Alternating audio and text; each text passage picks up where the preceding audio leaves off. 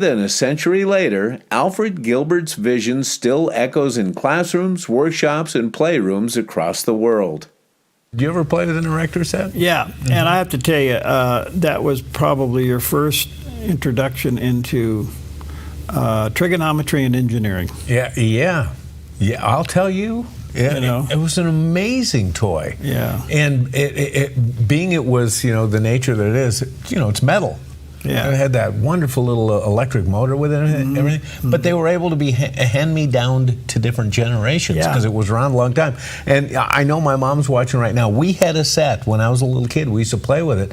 I'll bet you $100 it was handed down to us kids, from one of my cousin's families. I'd love to know where we got it. But I'll never forget working on making elevators. You make a tower in the elevator. You hook up that little blue motor, and it was an amazing thing. So if you had one today, you'd probably figure out a way to make it turn on your coffee. Why not? And then go out and pour a cup and bring it back. Right. Absolutely. Pam, he forgot his vitamins. We'll be right back. All right. I know that you are good.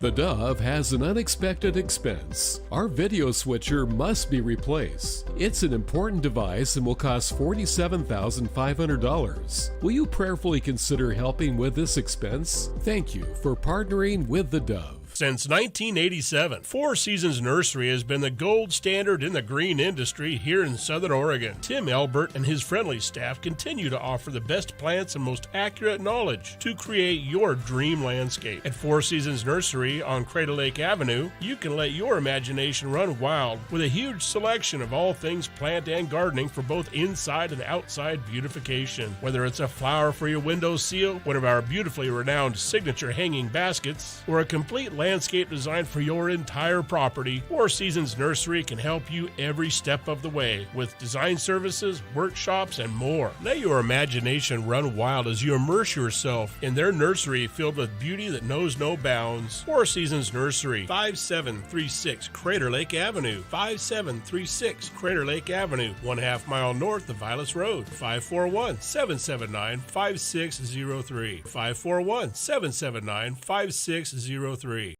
At Sweet Tea Express, we've got you covered. Order at the counter and our friendly service staff will do the rest. Burgers, salads, sandwiches, barbecue platters, sides, and more. Smoked, grilled, and served to perfection. Sweet Tea Express. Breakfast, burgers, and barbecue. Hi, I'm the SOS Alarm guy, here to tell you about a great deal. SOS Alarm will not only beat any internet deal, but will install the system too. So burglars, beware. SOS Alarm for security and beyond. Your property demands equipment with more reliability, durability, and versatility built in. Kubota equipment is ready to get the job done right.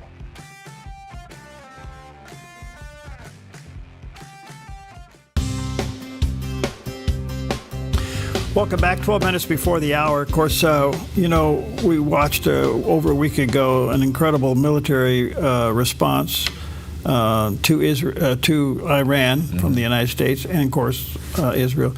And we have a history. If you look back in world history, things are fought with guns and military things and, a lot of shooting and death and all that. But there's another war, and do we understand it today? Do we understand that, for instance, the Middle East, when they say they death to Americans and death to Jews, they mean it? Oh, of course they do, yeah. Okay. Right. And so do we understand the war on words, the war of words, which is a cultural war? And I had Kenneth Abramowitz back with us. He's a fascinating guy. In fact, we Skyped him in. He was in Israel when we talked to him yesterday. And he talked about America needs to wake up that there's another war going on, a warfare that we talk about in the news, but we don't understand that it really is real. And here's what he had to say. The thesis in my book was that we have 21 problems. We have 3 groups of enemies, which I've mentioned before. I color code them: the reds, the greens, and the blues. That's the reds for the communists, China, Russia. Green for the Islamists, that's Iran and Qatar. Blue for the globalists, That's the United Nations color, plus the World Economic Forum and drug cartels.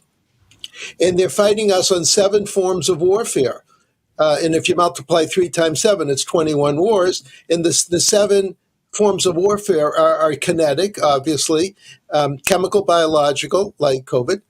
Number 3, cultural, which I'm going to talk about in 30 seconds. And number 4 is economic, and then there's legal, demographic, and cyber. So under the Trump administration, we're doing pretty well on all of these 7 fronts. The deficit or deficiency is the cultural warfare. We don't know how to fight cultural warfare.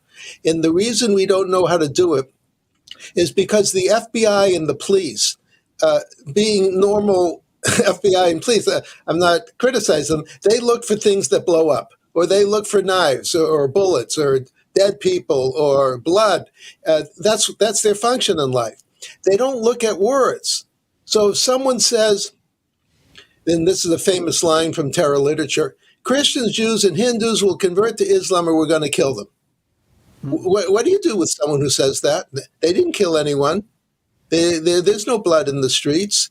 It's freedom of speech. Right? We're in America. You can say whatever you want. So we don't know how to handle cultural warfare. And that's what the Trump administration must figure out over its duration.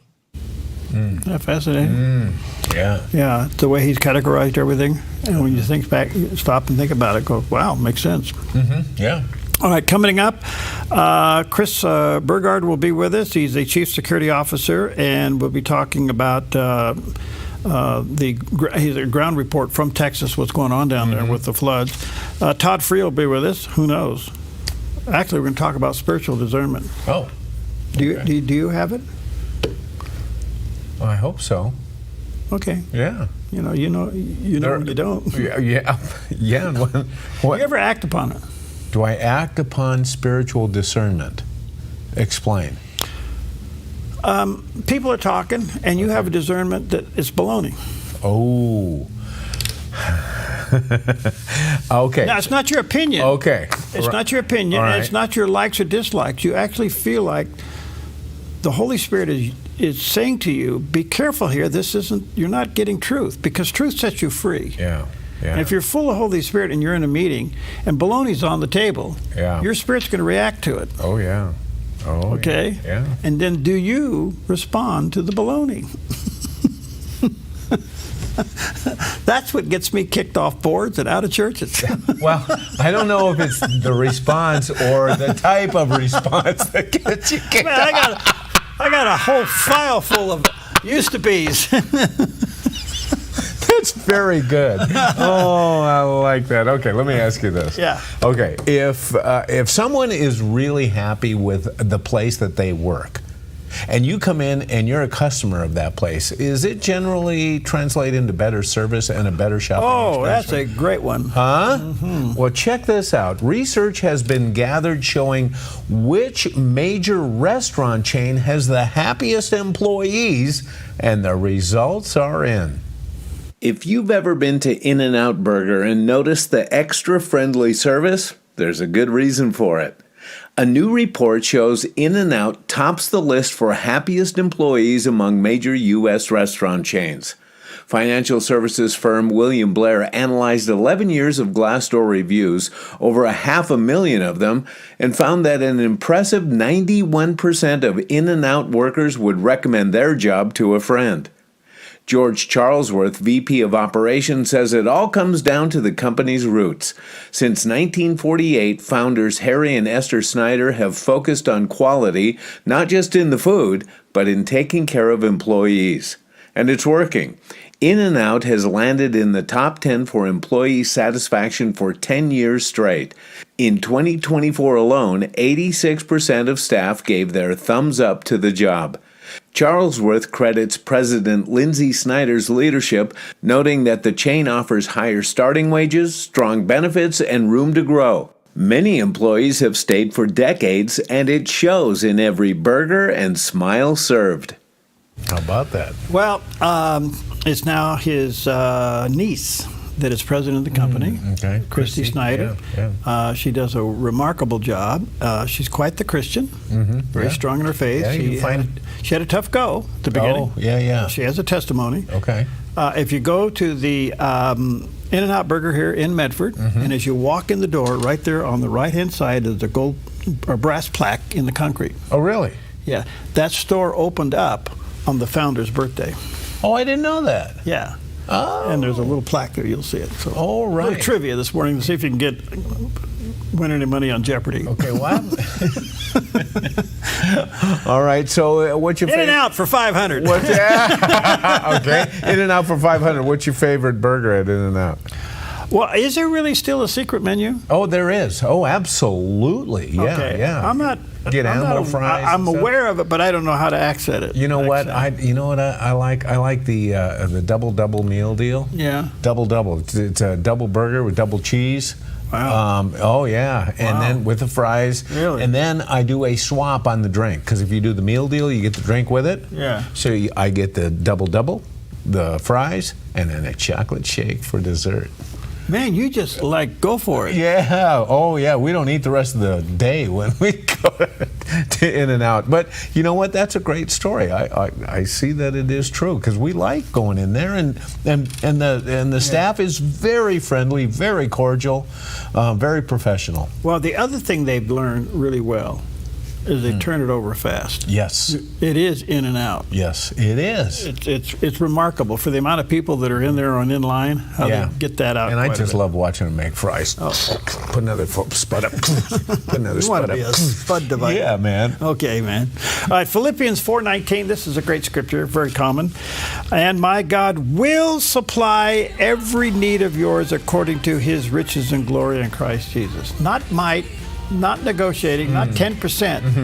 It says we'll supply every need. How does that happen? Get close to Him and you'll figure it out. All right, we'll be right back.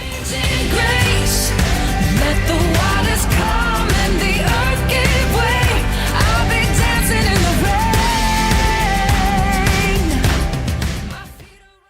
30 seconds or less, the length of a typical soundbite. You can't really learn much. It takes time to ask questions and understand. Focus Today does just that. We give you an hour so you can understand better. Focus Today on the Dove TV. It's that time again, y'all. The Sherms Market Jackson County Fair is gonna be a blast. Join Washboard Willie, the Pied Piper of Rhythm, for a toe-tapping, hand-clapping, interactive rhythm party like no other. Then meet Wildlife Wendy and her amazing exotic animals in an unforgettable wildlife show for the whole family. Free admission Sunday, thanks to Ray's Food Place, and yes, free parking too.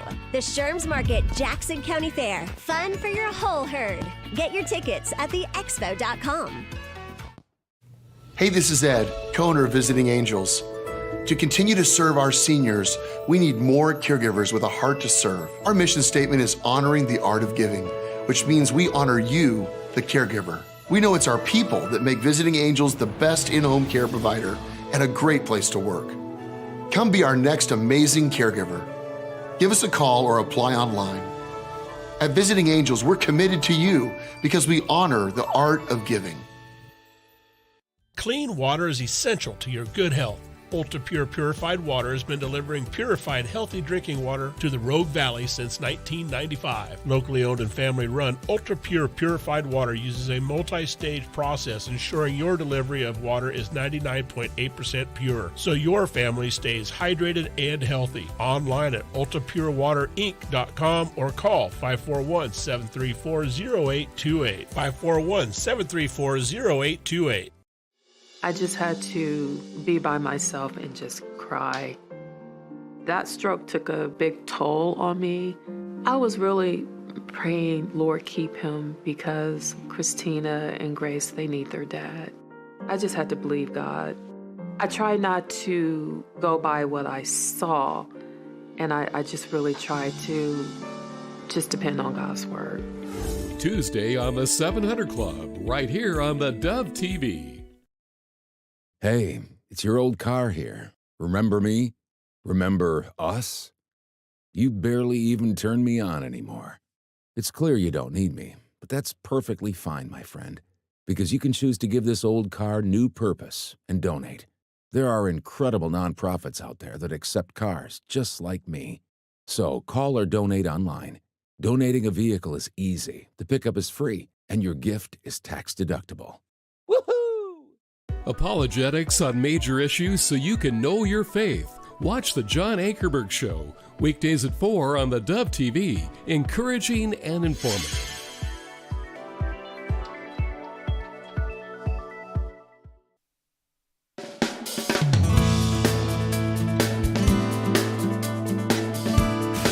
Good morning, good morning, good morning. Welcome to Mornings on the Dove on this Tuesday morning after an amazing storm that went through our area late yesterday evening. And even as we speak, the remnants of it and small fires are abound. We'll get you updated on that. Good morning, that's Jerry. I'm his sidekick. Oh, yeah. But now you were at the north end of the valley. Yeah. Nothing. Yeah, up outside Shady Cove, up Elk Creek Road. We had no idea such an event was even going on. We had lightning and thunder and gusty wind and rain like I haven't seen it in a long time. Really? I mean, it just poured, but there was lightning. And the interesting thing about these lightning strikes, they weren't necessarily horizontal. They were vertical, hitting the ground. Really? And you could see them out there dancing around, and it was amazing. Thank God it had heavy, heavy rain as these storms went through, followed by the heavy rain. But we still had some fires. In fact, we got a picture here this morning. Go ahead and throw it up, guys. This is a picture from Mount Ashland. So that's one of the fires. So that's Mount Ashland looking into the valley. So that's just below Mount Ashland a little bit. What they're calling a brush fire. I think it's about, 5 or 6 acres, Yeah, I think it so, shows. yeah. So this shows you what's going on, and also shows you the air inversion with the smoke staying down the way it is. So, this is some of the stuff that we're dealing with around here this morning. What time did the system roll in? When did all this activity You could see it rolling in. I told Peggy, I said, look at this thunderstorm coming across the hillside and going over on the east side hills.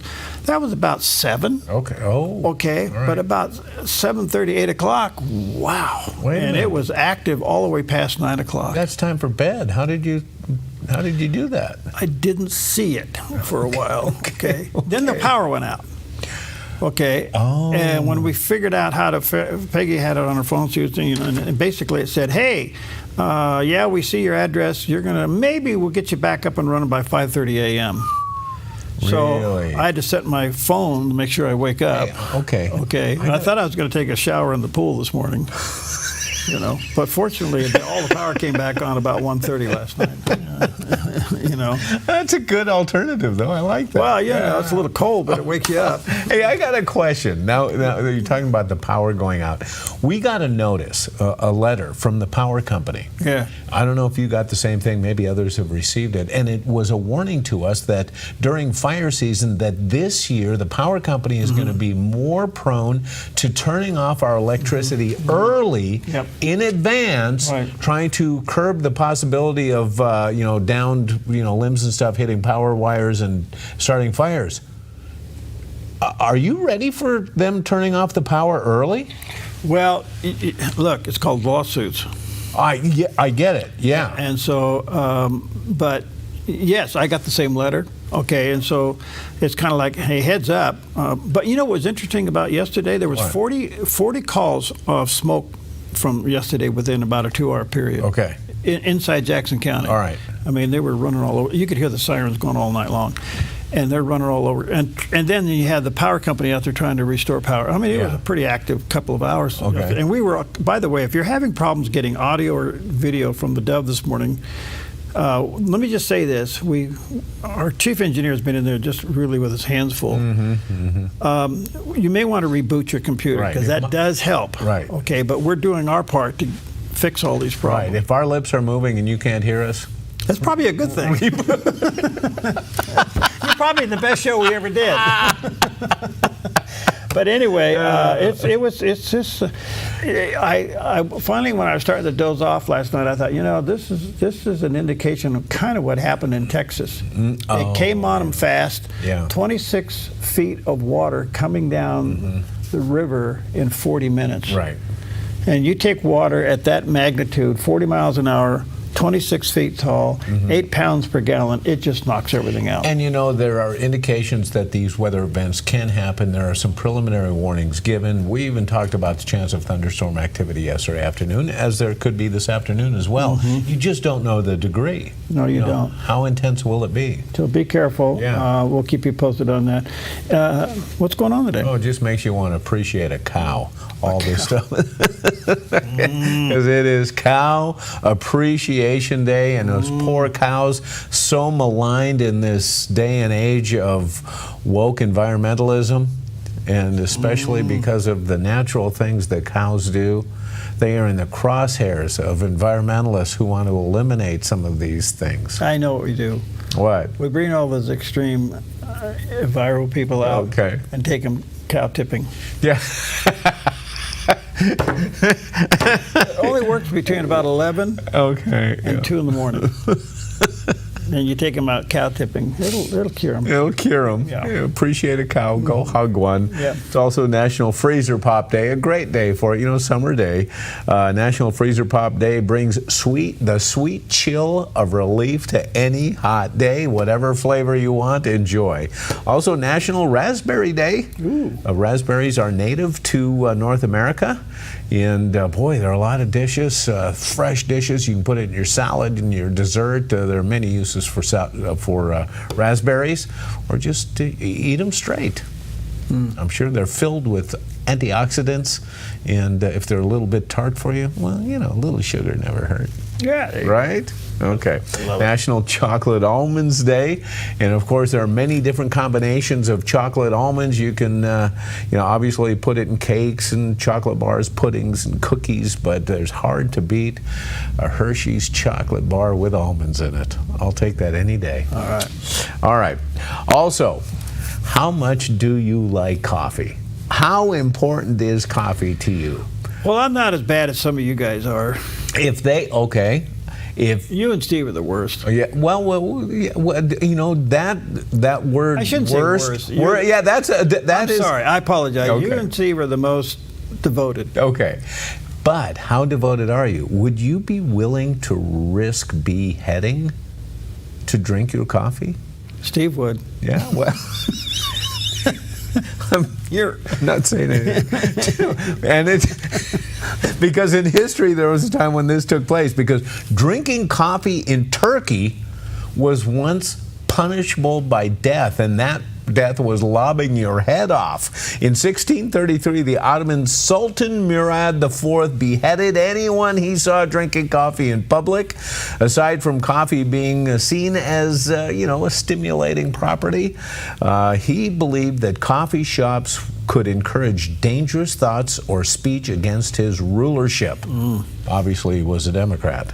Despite the harsh punishment, coffee culture thrived, and Turkey remains famous for strong, rich brews today. So the coffee shop was a cesspool of information exchange for the Sultan. He didn't want those ideas exchanged, much like, during COVID and the internet and all the censoring we had. There are things that run parallel. It's interesting.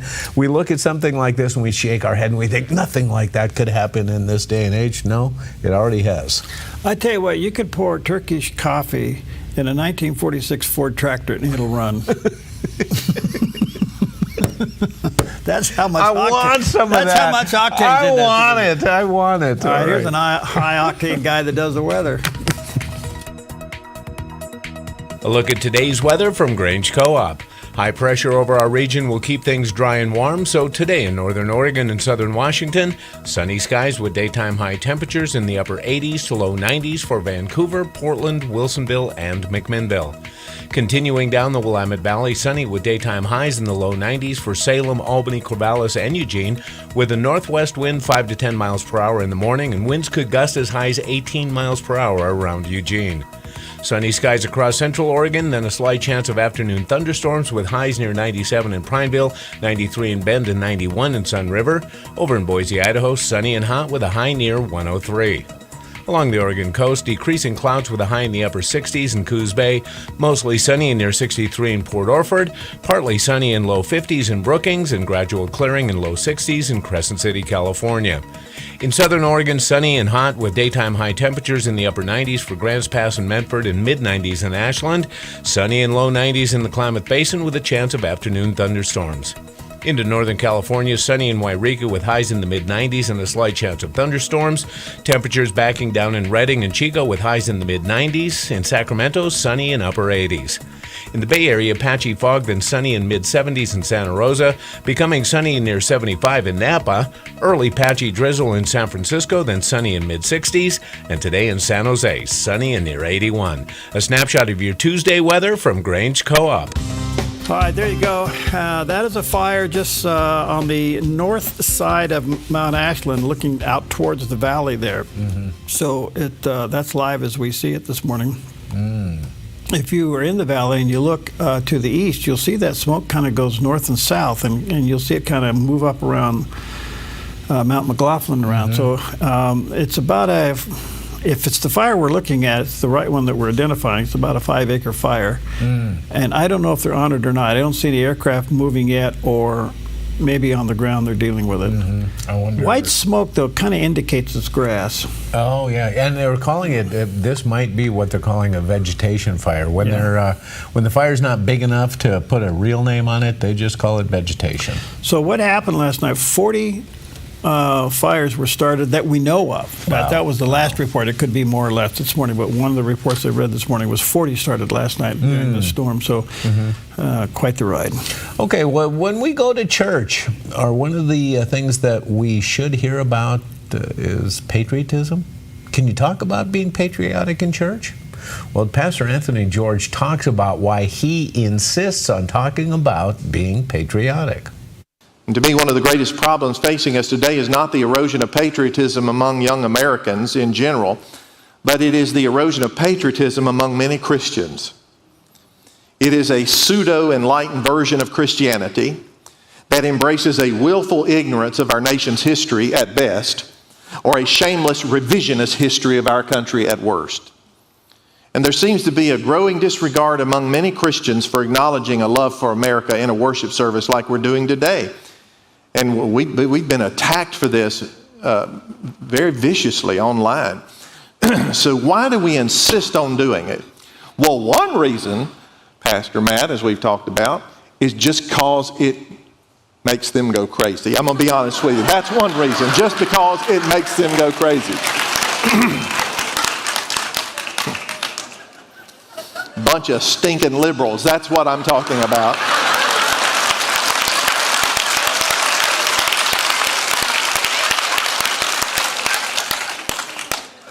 But the other reason, which is really more important, I feel better having gotten that out, is that of all the people in the world who have benefited from our country's freedom, we Christians should be the first in the line to say, thank you, God, for the freedoms that we've enjoyed.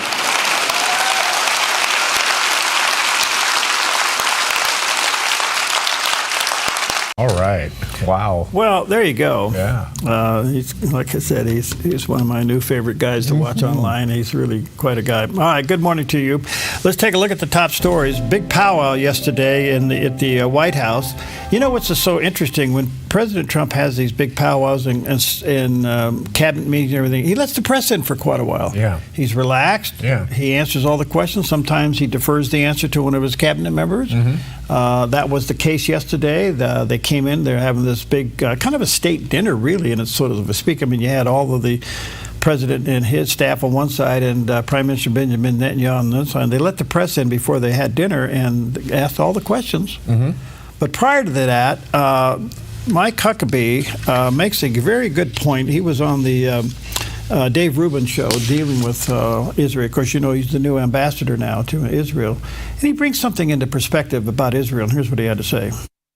I like to tell people the U.S. has friends, it has allies, but it only has one partner. Israel is its only real partner. By that I mean that the level of cooperation and affiliation that we have with each other is much more like a marriage than a bromance. And the reason I say that is because the level of intelligence that we share, military hardware that we build upon each other with, medical technology, economic transformation that has happened on both sides, the extraordinary way in which we are linked is such that it is unlike any other relationship that we have with any other country on earth. Israel represents 0.02% of the world's population. So it's a tiny fraction. But you would think that they were the most important influence in all of the Middle East, Africa, and Europe because, first of all, they have, on a positive side, more Nobel Science Prize winners than any other nation on earth. That's amazing for this little country. But it's also a country that is the center of so much attention, most of it negative, and that has grown with the anti-Semitism that we have seen in epidemic proportion in the U.S., Europe, and so many other parts of the world. So it's a place that is of strategic importance to us.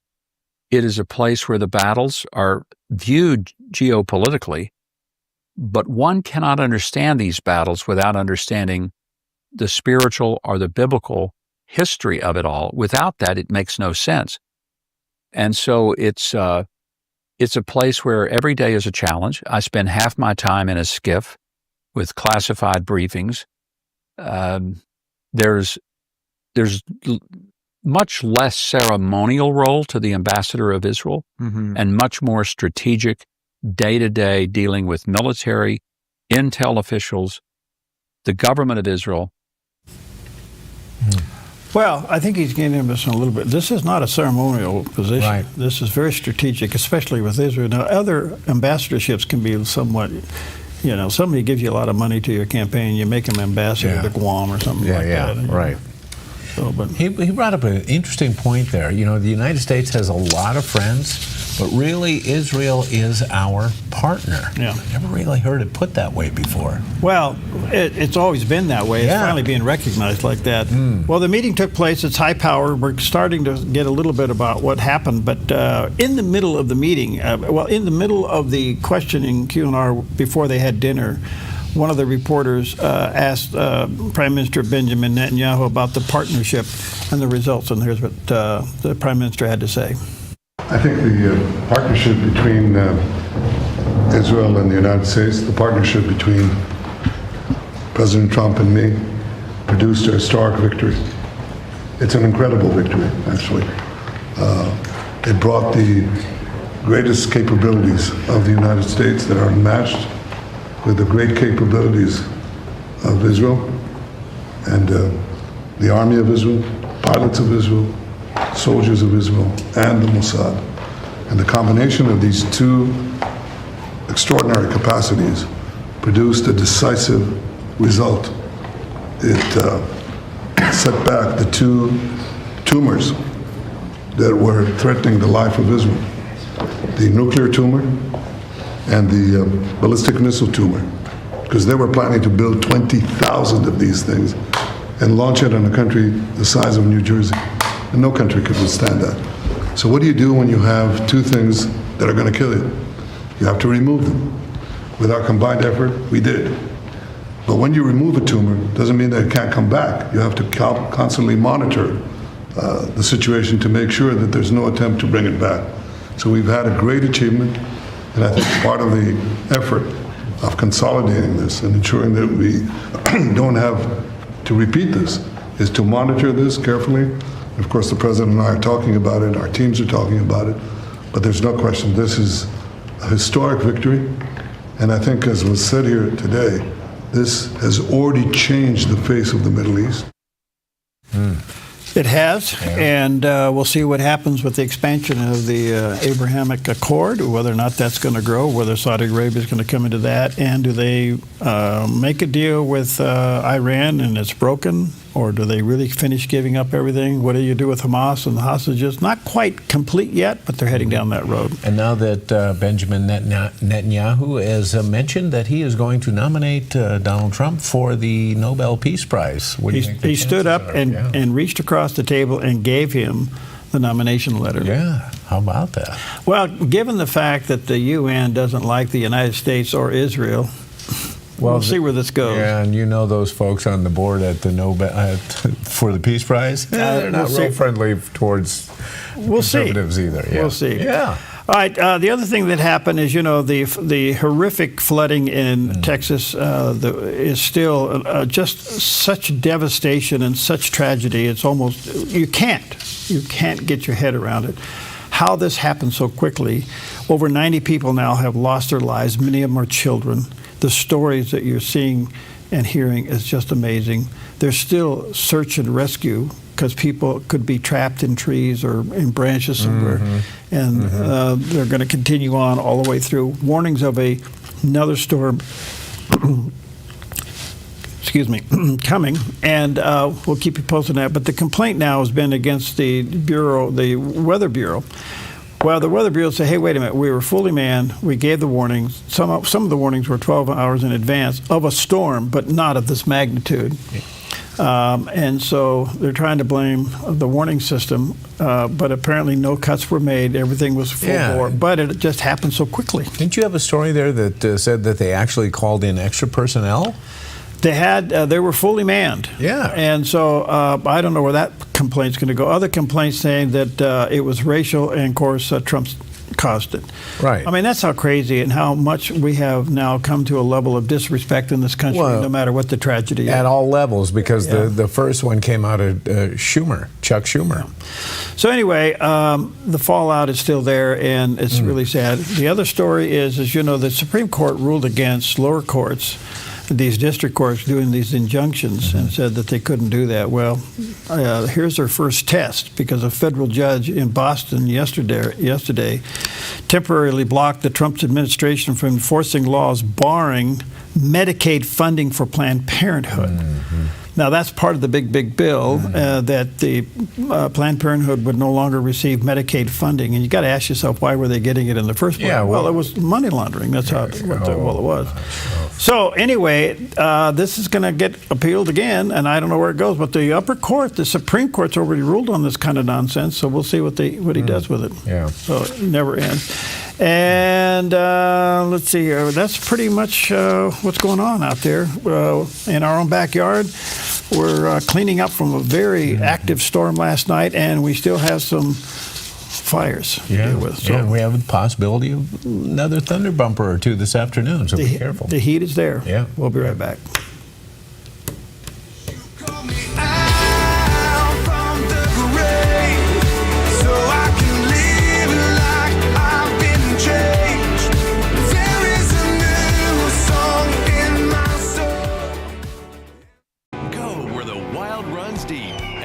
Jetboat excursions, you feel the power of the mighty Rogue River as you take in the sights and sounds of nature, journey through Hellgate Canyon, and adventure through the breathtaking wilderness. Enjoy brunch or dinner on the open-air deck of the exclusive Hellgate River Lodge, and end your adventure with our exciting jetboat spins. It's a memory in the making with family and friends. Book your adventure at Hellgate.com. Hellgate Jetboat Excursions, where adventure runs wild.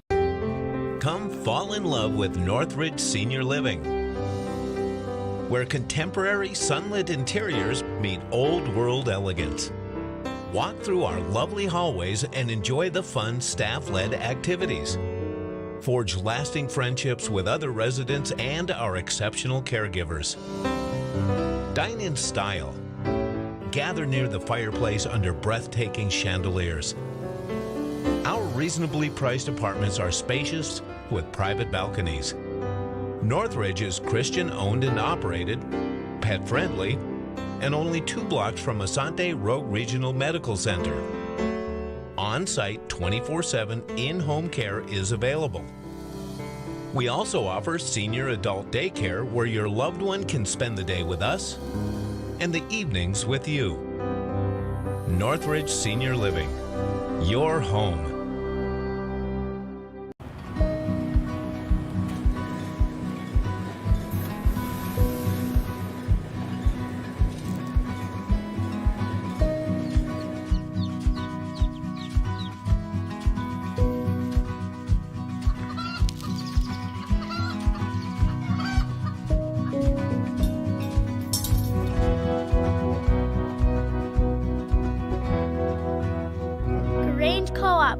big ideas grow.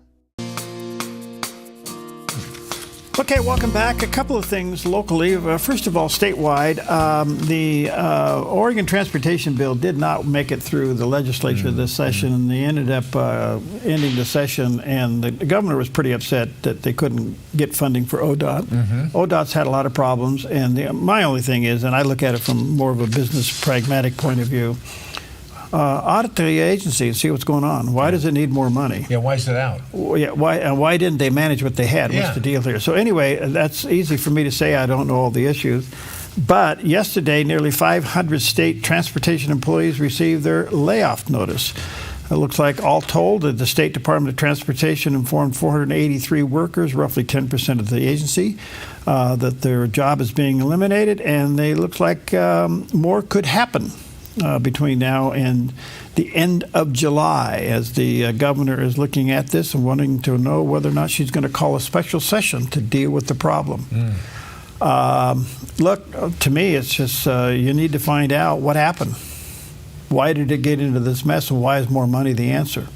So that's happening up there. But unfortunately, and I say that sincerely, unfortunately, 10% of the workforce is going to get the pink slip. Yeah.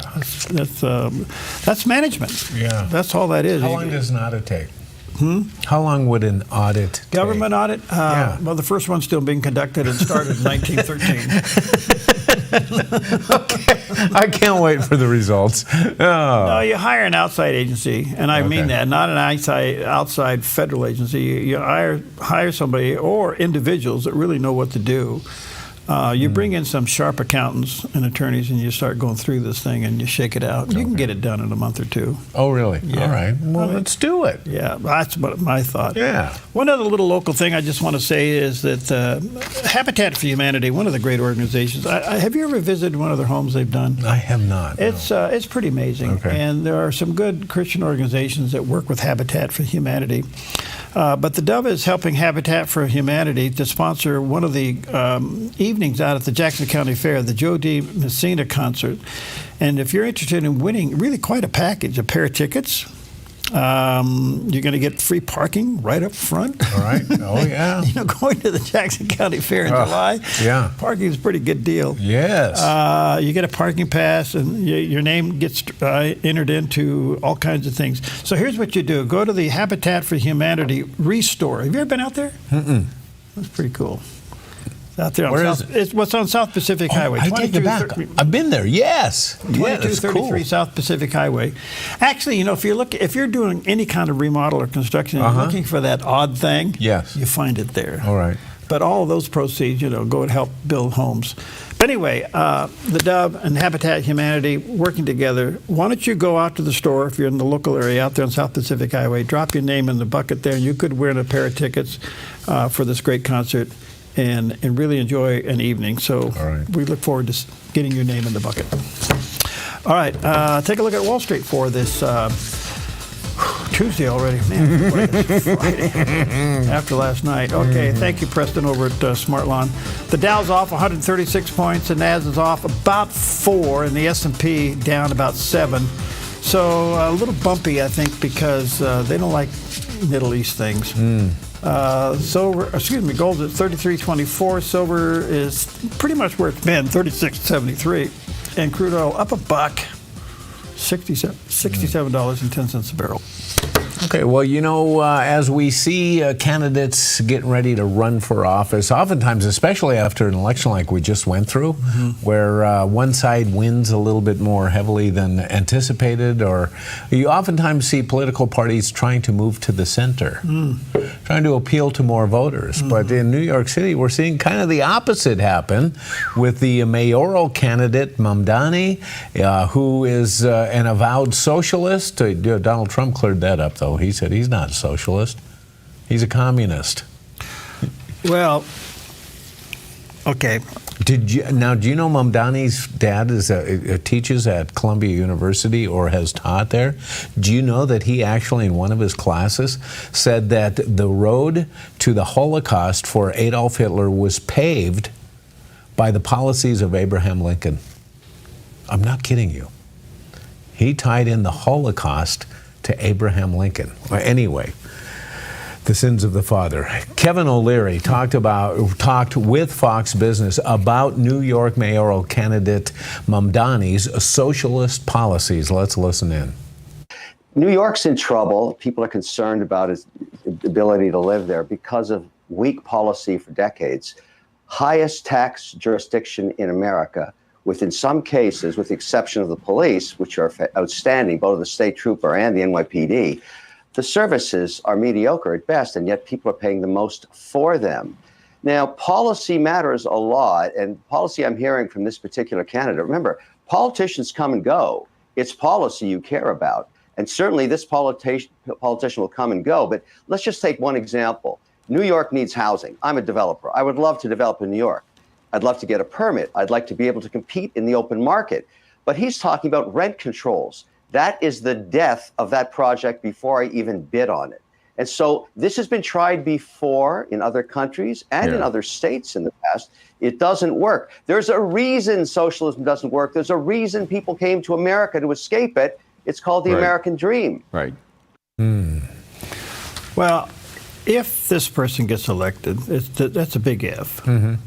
I think the evacuation out of New York will be substantial. I think it would be huge. Secondly, if he's not elected, then who's left? And the current mayor is left. The Democrats are running as an independent. Right. Cuomo kind of got knocked out. He says he's still in, but I don't know. Was he running? He's out. No, he's out. He's out. I mean, you don't do that. So I don't know who's going to run again. Yeah. Anybody else? We haven't heard an R run yet. You know what's really weird about Your yard is where life happens, but it can be muddy and hard to maintain. Enjoy a maintenance-free artificial turf lawn. Yeah, and he got a guy who is an avowed socialist, wants to be the mayor? What? Well, it goes to a couple things, just quickly. 2 beautiful cities in the United States, 3. 3 have been ruined. New York, San Francisco, and Portland. Yeah. You used to go to those cities because they were San Francisco, they were Portland, they were New York. Yeah. They had their own thing. Right. That made them. Right. Now you avoid them. Absolutely. And you kind of go, gosh, isn't that sad? Will they ever be reestablished as go-to places? Yeah, you wonder. So we'll see. All right. Listen, go to the local place and get raspberry ice cream. Okay. Raspberries on your ice cream. Yeah. Make a vanilla shake and put raspberries in it. We'll be right back.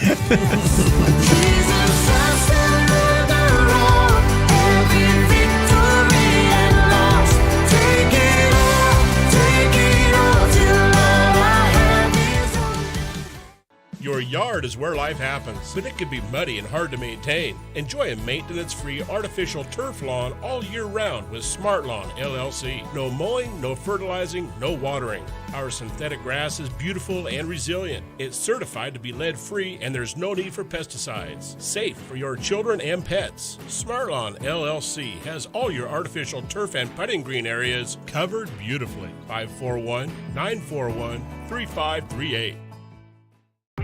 Looking for the perfect RV adventure? Team Toner's got you covered from homes to homes on wheels. Discover unbeatable deals only at American RV in Southern Oregon. Hi, I'm the SOS Alarm Guy, here to tell you about a great deal. SOS Alarm will not only beat any internet deal, but will install the system too. So burglars, beware.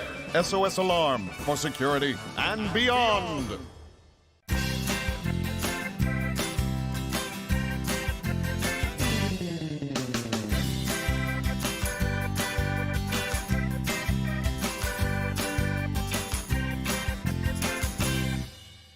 They're fun-loving twins. They love God, hunting, and pranking each other. Join the Hamptons for outdoor adventure every weekend on Twin Factor. Brought to you by Black Flag Armory in Medford and Grants Pass. Truly excellent service. Will you prayerfully consider helping the Dove with, quite frankly, an unexpected expense? We have to replace our main switcher here at the Dove TV. Now, we weren't expecting that or budgeted for it, but the manufacturer now no longer supports this unit. To replace it's about $47,500. So we're asking you to prayerfully consider supporting us and only do what the Lord is leading you to do. Feel free to give us a call or go online. And please know that together, we really are changing lives for good. Hi, good morning to you. At 26 minutes before the hour on a beautiful Tuesday morning, the morning after an amazing storm through Southern Oregon last night. Still recovering from that. There are some fires out there, so be careful. I said we didn't get any rain last night? Yeah. Pam just corrected me. She said it rained here last night. Apparently, yeah. I wasn't aware of it. Do you snore? Yeah. Does she snore? No. That was the right answer. All right, let's go to CBN News Watch. This is CBN News Watch. We begin with the major developments affecting the conflict in the Middle East, from high-level diplomacy at the White House in Washington to deadly fighting on the ground between Israel and Hamas in Gaza. Chuck Holton brings us the story from Jerusalem. It was a high-stakes dinner at the White House last night as Israeli Prime Minister Benjamin Netanyahu met with U.S. President Donald Trump behind closed doors. Netanyahu presented Trump with a formal nomination for the Nobel Peace Prize, crediting his role in the Abraham Accords and ongoing efforts to bring stability to the region. Trump commented on the possibility of a new round of talks with Iran. We have scheduled Iran talks, and they want to talk. They took a big drubbing that have said, what's the purpose of talking? It's been knocked out completely. But they've requested a meeting, and I'm going to go to a meeting, and if we can put something down on paper, that will be fine. That'll be good. I think they've gained a lot of respect for us. I think they've gained a lot of respect for Israel also. Trump's envoy, Steve Witkoff, is heading to Doha, where hostage negotiations are gaining momentum. Officials say the goal is to strike a deal by week's end. But in Gaza, the war continues to take a heavy toll. Overnight, 5 Israeli soldiers were killed and 14 wounded during a ground operation in Beit Hanun. A roadside bomb hit troops moving on foot, and as rescue teams arrived, the unit came under coordinated enemy fire. It was one of the deadliest incidents for the IDF in recent weeks. Israel says Hamas now controls just 20% of Gaza, mostly in Rafah and parts of the Central Strip. And despite the fighting, Netanyahu says Israel is working on options to allow Gazans to relocate voluntarily to third countries. You know, if people want to stay, they can stay. But if they want to leave, they should be able to leave. It shouldn't be a prison. It should be an open place and give people a free choice. We're working with the United States very closely about finding countries that will seek to realize what they always say, that they want to give the Palestinians a better future. Meanwhile, in Yemen, the Houthis have launched a second missile strike in 2 days on commercial ships in the Red Sea, despite retaliatory attacks by Israel. As fighting continues, all eyes are on Washington for signs of a breakthrough toward a possible ceasefire. From Jerusalem, I'm Chuck Holton for CBN News. Our CBN News Middle East Bureau Chief Chris Mitchell is here with us now in Virginia Beach. Good to have you here, Chris, instead of by fiber from Jerusalem. Exactly. So tell me, ceasefire, is it going to happen? Well, Israeli officials say it's going to happen. There's optimism that it's going to happen. I'm not sure it will happen, though, Gary, because there's 2 diametrically opposed goals, one from Hamas, the other from Israel. Hamas wants to survive. Hamas wants the IDF forces to withdraw. They want the end of the war. They want a permanent ceasefire. But Israel, on the other hand, the 3 goals of the war from the very beginning was that Hamas had to be defeated militarily, that Hamas could no longer rule Gaza, and also that the hostages would be freed.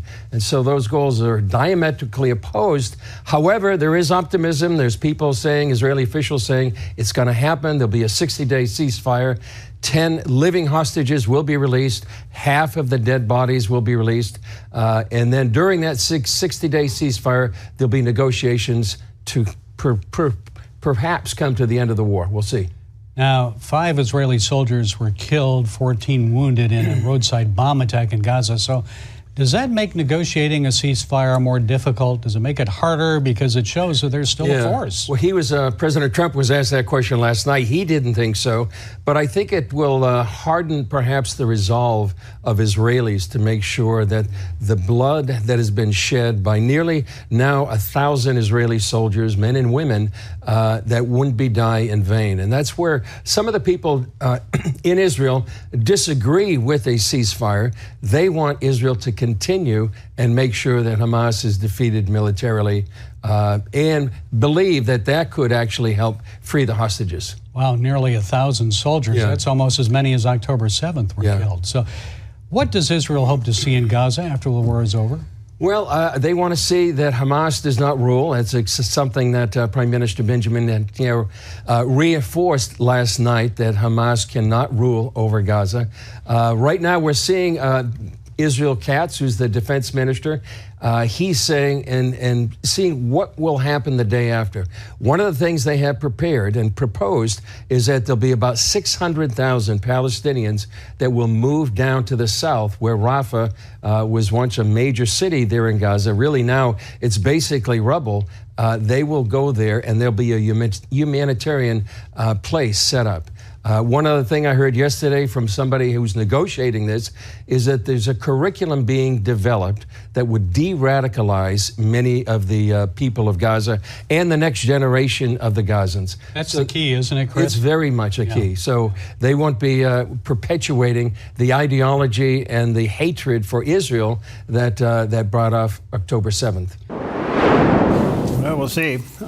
Wait and see how this negotiation comes down. All right, let's check out the weather because it's something. A look at today's weather from Grange Co-op. High pressure over our region will keep things dry and warm, so today in northern Oregon and southern Washington, sunny skies with daytime high temperatures in the upper 80s to low 90s for Vancouver, Portland, Wilsonville, and McMinnville. Continuing down the Willamette Valley, sunny with daytime highs in the low 90s for Salem, Albany, Corvallis, and Eugene, with a northwest wind 5 to 10 miles per hour in the morning, and winds could gust as high as 18 miles per hour around Eugene. Sunny skies across central Oregon, then a slight chance of afternoon thunderstorms with highs near 97 in Prineville, 93 in Bend, and 91 in Sun River. Over in Boise, Idaho, sunny and hot with a high near 103. Along the Oregon coast, decreasing clouds with a high in the upper 60s in Coos Bay, mostly sunny and near 63 in Port Orford, partly sunny in low 50s in Brookings, and gradual clearing in low 60s in Crescent City, California. In southern Oregon, sunny and hot with daytime high temperatures in the upper 90s for Grants Pass and Medford, and mid-90s in Ashland, sunny and low 90s in the Klamath Basin with a chance of afternoon thunderstorms. Into northern California, sunny in Wairika with highs in the mid-90s and a slight chance of thunderstorms. Temperatures backing down in Redding and Chico with highs in the mid-90s. In Sacramento, sunny in upper 80s. In the Bay Area, patchy fog, then sunny in mid-70s in Santa Rosa, becoming sunny near 75 in Napa. Early patchy drizzle in San Francisco, then sunny in mid-60s. And today in San Jose, sunny and near 81. A snapshot of your Tuesday weather from Grange Co-op. All right, there we go. And that's one of the fires just north of Mount Ashland. And you can see that it looks like they pretty much have it under control, so to speak, by the volume of smoke that's coming up. But you also can see the air inversion, how it's keeping the smoke down. Yeah. So anyway, we had 40 responses to smoke last night within about a 2-hour period, not to mention all the power outages. So pray that they get this under control, and but be careful out there. It took us a little while to get back on track, didn't it? Are we fully functioning, broadcasting, getting all sound? We were completely knocked down across the network last night, and boy, our chief engineer Dan's been in here working hard this morning, and it took him quite a while to get everything going. Boy, it's just so complicated today. It's that IT room in there, you have to have a PhD to walk in there. That's why I stay away. Yeah. All right, well. Here is an interesting story about a toy that really wasn't a toy. Many of us grew up playing with it, and it was issued a patent on this day in history. On July 8th, 1913, Alfred Carlton Gilbert, Olympic athlete, magician, and inventor, forever changed the world of toys. That day, he was granted a patent for a simple yet revolutionary idea, the Erector Set, a metal construction toy with nuts, bolts, gears, and pulleys, and even an electric motor that let kids build whatever they could imagine. Inspired by steel girders used in railroad construction, Gilbert believed children should learn through play. The Erector Set wasn't just a toy, it was a toolbox for young minds, sparking creativity, problem-solving, and even a love of engineering. Marketed as the toy that builds brains, it quickly became one of the most popular and influential toys of the 20th century. It inspired generations of architects, inventors, and engineers, including some who helped design America's space program. More than a century later, Alfred Gilbert's vision still echoes in classrooms, workshops, and playrooms across the world. So did you play with an Erector Set? Yeah. I think it's the first introduction to not only engineering, but geometry. Absolutely. Problem solving was an amazing process putting together those sets. I remember building a tower with an elevator, and that little motor, that electric motor, was crucial to it. Yep. You could even make little trucks, vehicles, and stuff like that. Yep. But, I think a lot of these sets got hand-me-downed. Oh, yeah, they did. And they came in little metal boxes. Well, and that's the key, because they came in metal boxes, so the box, didn't deteriorate. Did Erector Set get replaced with Legos? I don't know, because there are still Erector Sets out there. Oh, there are? Oh, yeah. And Okay. in fact, the Erector Sets are a little different now. There's more plastic involved and stuff. But the basic Erector Set still exists. Have you figured out how to have the Erector Set deliver your coffee yet? No, but that's an interesting possibility. Okay, well, you got grandkids. Yeah. Yeah. Grandkids are an excuse to buy the toy that you didn't get. That's a good idea. Okay. Yeah. Let their parents deal with it. Yeah. Yeah, send them home with a four-wheeler. Okay. All right. Good morning to you. Quarter before the hour. Well, listen, flooding's very much in the news these days. I don't know if we had some flash flooding last night. I mean, that's how hard it rained here last night. Wow. It just poured like crazy. And of course, we're watching the devastation in Texas, and there was one also in Ohio County and West Virginia as well. And Samaritan's Purse went in there after 200 homes were destroyed. And here's a little bit of an update of that story. We're here with Samaritan's Purse in northern West Virginia, Ohio County. They had a massive amount of rain in a 4-hour period. Wall of water 10 feet tall came through a very tight valley and wiped out 2 communities completely. And we've lost, we believe, 9 people at this point. You could see just total devastation. Bridges gone, so people don't even have access to their homes. People using side-by-sides and different four-wheel drives, trying to get food and water and assistance to those that are up in these small tributaries. It is very similar in the type of devastation that we saw during Helene. There's a lot of homes that are destroyed. There's a lot of lives that are destroyed. People are hurting and looking for hope. Amen. All righty, I'll see everybody up there. We are so grateful for Samaritan's Purse. Within less than 24 hours after being here, the whole team showed up with all the equipment, and we're heading out into the field to help these homeowners. We are blown away by the response. This is not my first time with Samaritan's Purse. I just got back from Alaska. I was working on the church field for the Lake Clark Bible Church when the flood hit, and my mom let me know she was here. Our home was not affected, but a lot of our neighbors were. It was heartbreaking. We've never had anything like this before here. We are doing a mud out of the basement. The mud was probably about 4 inches thick. There's also another crew at the house that's working on taking out drywall, cabinetry, floors, so that this house is ready for a contractor to come in and rebuild. And the fact that we're doing it in Jesus' name gives at least me some more motivation. It is to serve in the name of the creator of the universe. The house had approximately 4 feet of water in the basement. This homeowner couple was in their 70s, and without the help of Samaritan's Purse or the local people around them, they would not be able to do this by themselves. Many times the homeowners have tapped me on the back and said, "We're just so glad you're here. We couldn't have done this without you." They're just totally appreciative of everything that we're doing. and really give people hope to talk to people that we may not have ever met and be able to present the gospel to them and tell them who Jesus is and why we're here, and maybe just change their life and change their eternity. If people need anything right now, they need the Lord. We're so excited to have Samaritan's Purse and our folks out in the community, building those bridges, caring for people, sharing the gospel. It is a powerful ministry, and we're so excited to be a part of it. Well, they are amazing, and they're all over the place, and I'm waiting to hear now the reports we'll see from Samaritan Purse coming in from Texas. Yeah. They're on their way, so we'll talk about that. All right, a quick break for raspberries. We'll be right back.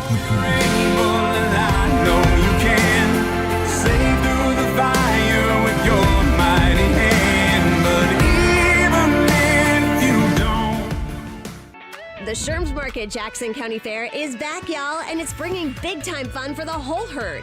Get ready for the Ag Venture Scavenger Hunt. It's part game, part adventure, and all about farm-tastic fun. Meet the animals at our petting zoo, explore agriculture like never before, and win some awesome prizes along the way. It's hands-on, it's exciting, and it's made for the whole family.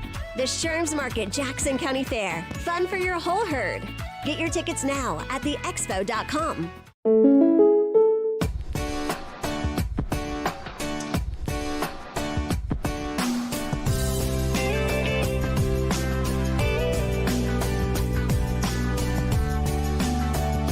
Combining your home and auto insurance could save you time and money. And who doesn't like that? When you want surprisingly great rates on auto, home, and life, call State Farm agent Rory Wold in Medford today. Like a good neighbor, State Farm is there. Stewardship begins with the knowledge that nothing belongs to us, but everything belongs to the Lord. This helps us to run a business not in the fear of lack, but in the assurance of His care and provision. Such a perspective eliminates the drive to sell and replaces it with a heart that says serve.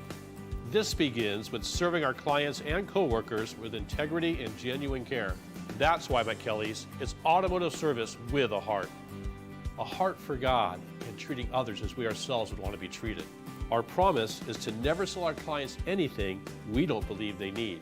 Another is to do all we can to meet other needs, such as shuttle service and loaner cars, or taking the time to really listen, even at times praying with our customers. Sometimes this means sacrifice, going above and beyond, but that's why I work for Kelly's Automotive Service, honoring God while serving people with honesty and integrity. 9 minutes before the top of the hour on this beautiful Tuesday morning, the morning after an amazing storm that came through our area last night, and a lot of recovery and cleanup, so be careful out there. Isn't it interesting that the United Kingdom, Britain, France, and Canada all have the same problem? And the question is, could it happen to the United States, number one? Question number two is, will the United States step in and save them from drowning in what they have allowed socialism to do to their country? Well, Ken Abramowitz talked about this, and here's what he had to say. They are failing on cultural warfare. They have their police, they have their armies, all the other elements there.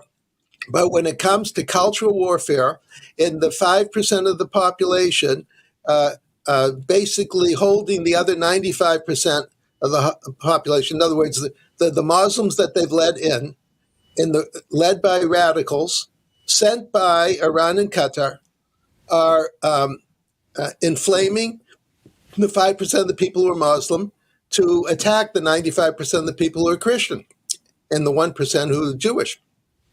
And so they don't know how to respond. They're intimidated by these bad guys.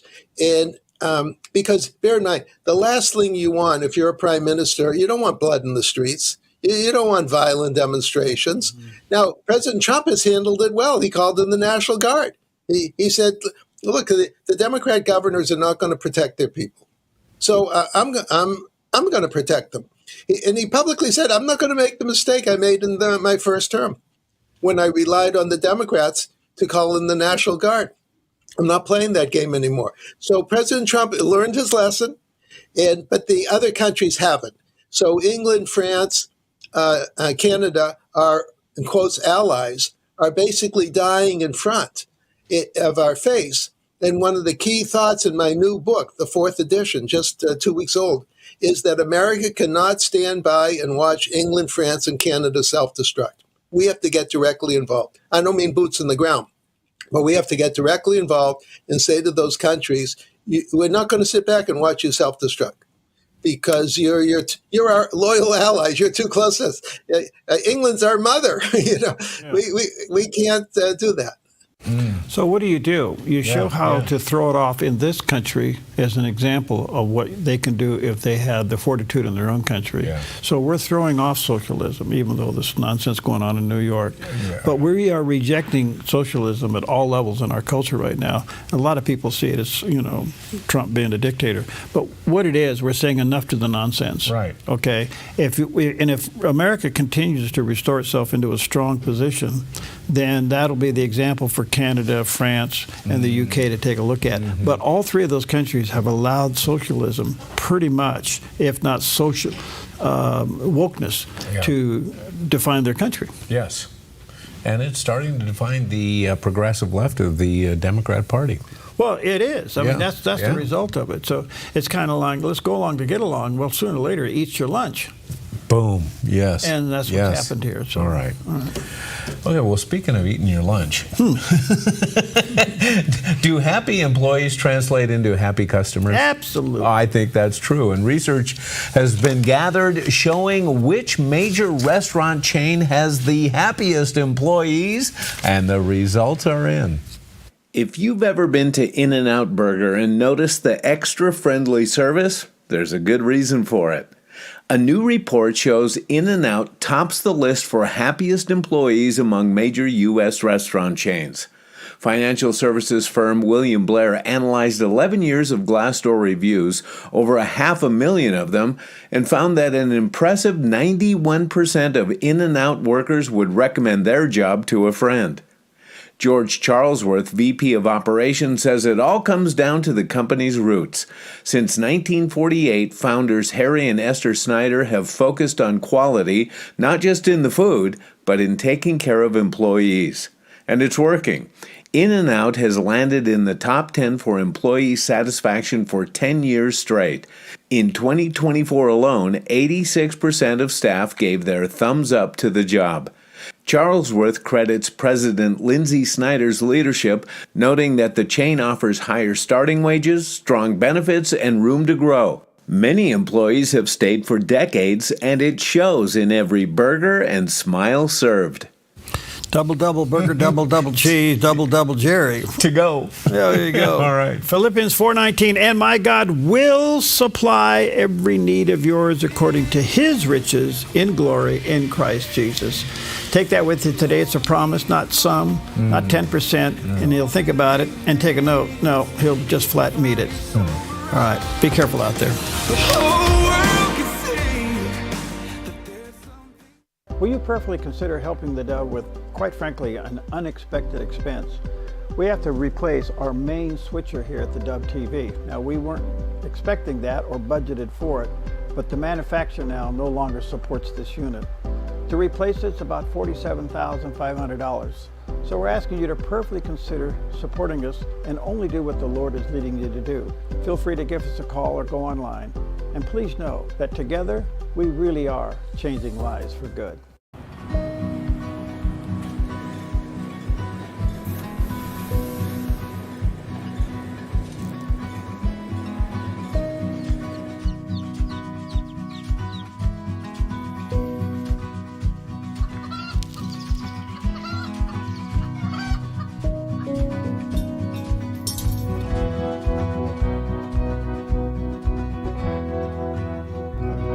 Co-op, where big ideas grow.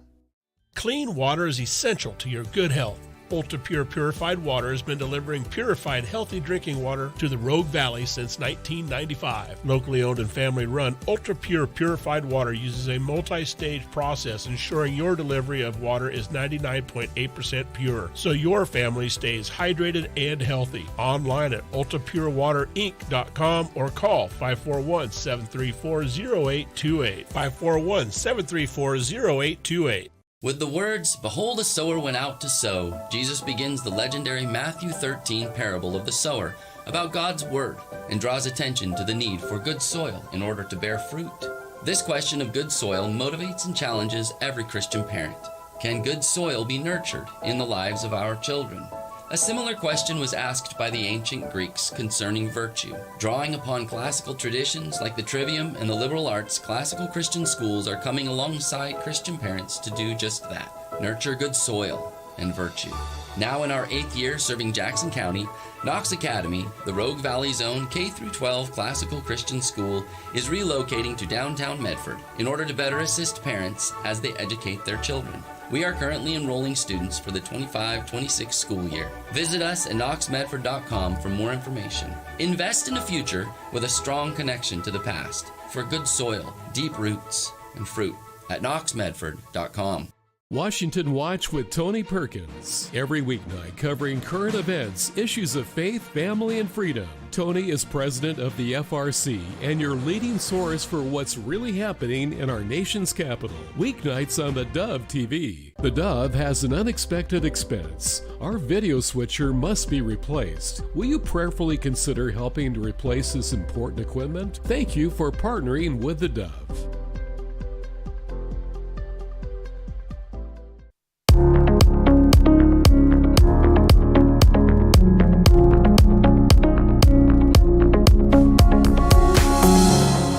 Focus today. I'm your host, Perry Atkinson. And of course, we've had all of our hearts just leaning towards what's going on in Texas with the floods. It's just overwhelming. We had a little bit of a taste of that last night with the storm that came through in our own backyard and how severe that was. But down there in Texas, it is really something. And I'm very honored to have back with us today Chris Burgard. He is the Chief Security Officer for His Glory Ministries and His Glory TV. He's the director of a newly released documentary, The War on Truth. Has released several other films, including The River of the Broken Dreams, featuring former ICE director Tom Homan. He does have a website, hisglory.me, and you can go there to find out more about what he's doing. Chris, good to see you. I understand you're on the scene there in Texas. Thank you for your time, friend. What's going on? Harry, thank you so much. Honored to be here. And I'd like to introduce to you John Taylor. John is he's former Special Forces, and he's also the co-lead down here for Heroes for Humanity. They've been doing a lot of helping out a lot with recovery. John's pulled some folks out of the river, and it's sad and inspiring down here. The disaster is sad. The family's hoping for answers is sad, but it's inspiring how Texas has jumped on this. I have to tell you, compared to the 2 weeks I spent in North Carolina, Texas is all over this with help and being go-to. John, good to see you too. Gentlemen, what are you seeing down there that we don't see in the news? So I could go ahead, just first and foremost, I just want to go ahead and just add a quick correction. I am not Special Forces. I was just a Marine Recon and 82nd Airborne Division. I did say former. Yeah. But a lot of things, whatever that I've noticed that it's just from what I've just gathered, what I've been seeing, from news outlets is a lot of people's not seeing the love and compassion that's coming out here, man. There's the way Americans have just came over from all over, not just our fellow Texans out here, just coming in here, just helping out their fellow patriots, their fellow Americans, and just helping make God's light shine in this dark time right now. Okay, so Chris, what do you hope to do there while you're there? What's your assignment? We're hoping to two things. First of all, let the rest of America know what's going on down here on the ground.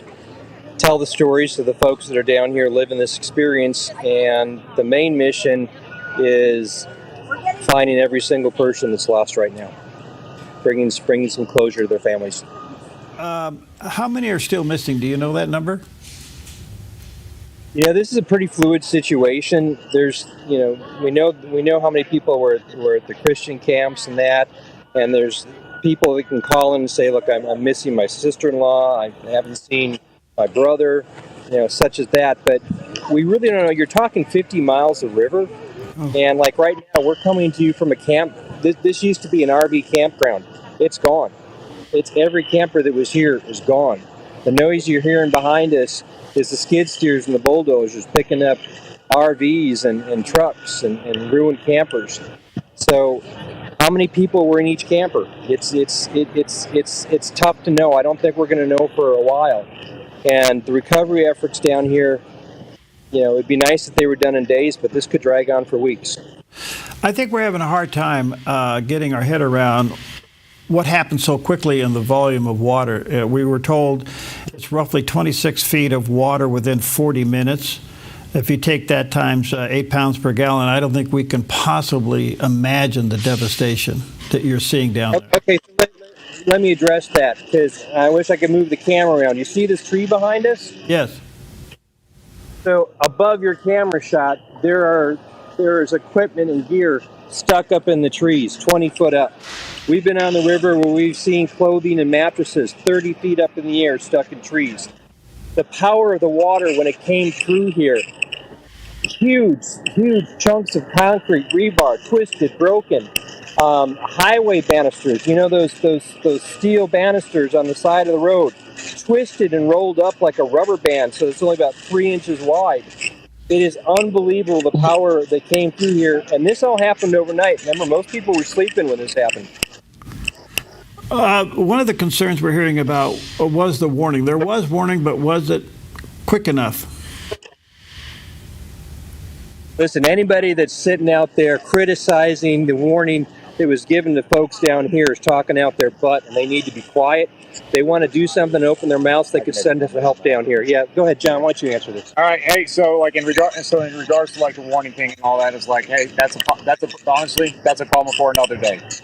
People need to stop so hyper focusing on just like what was going on with the warning on that, and focus on like the task at hand. There are people missing. That is a fact. There are people that do not have homes right now. That is a fact. There are people that need like food, water, shelter, and financial assistance right now. That is a fact. That should be the only thing that people need to be talking about and discussing right now. Like problems where like that led into this is where it's like, I don't know, and at the current moment or whatever, that is not my concern. My concern right now is being able to help out the families that are directly affected by this, and helping out the families that are still like trying to find closure with them. That is why I'm out here. That is why we're out here, in terms of just like what the cause of all this was and all that. It's like, I'll let the actual authorities that are here in the state of Texas, that are like in this area, figure out like what the issue was before I take somebody seriously from New York that is nowhere near this on this. So yeah, and I just got to say, Perry, for myself, for doing this for 20 years, I question the motivation and the agenda of anybody that's coming out saying stuff like that now. This is America. Why would you not be focused on helping your fellow Americans right now?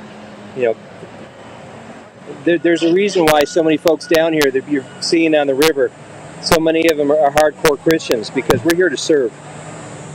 Wonderful. Is the aid coming in that you need? Say again? Bad copy. Is the aid coming in that you need? Are people responding to what you're talking about?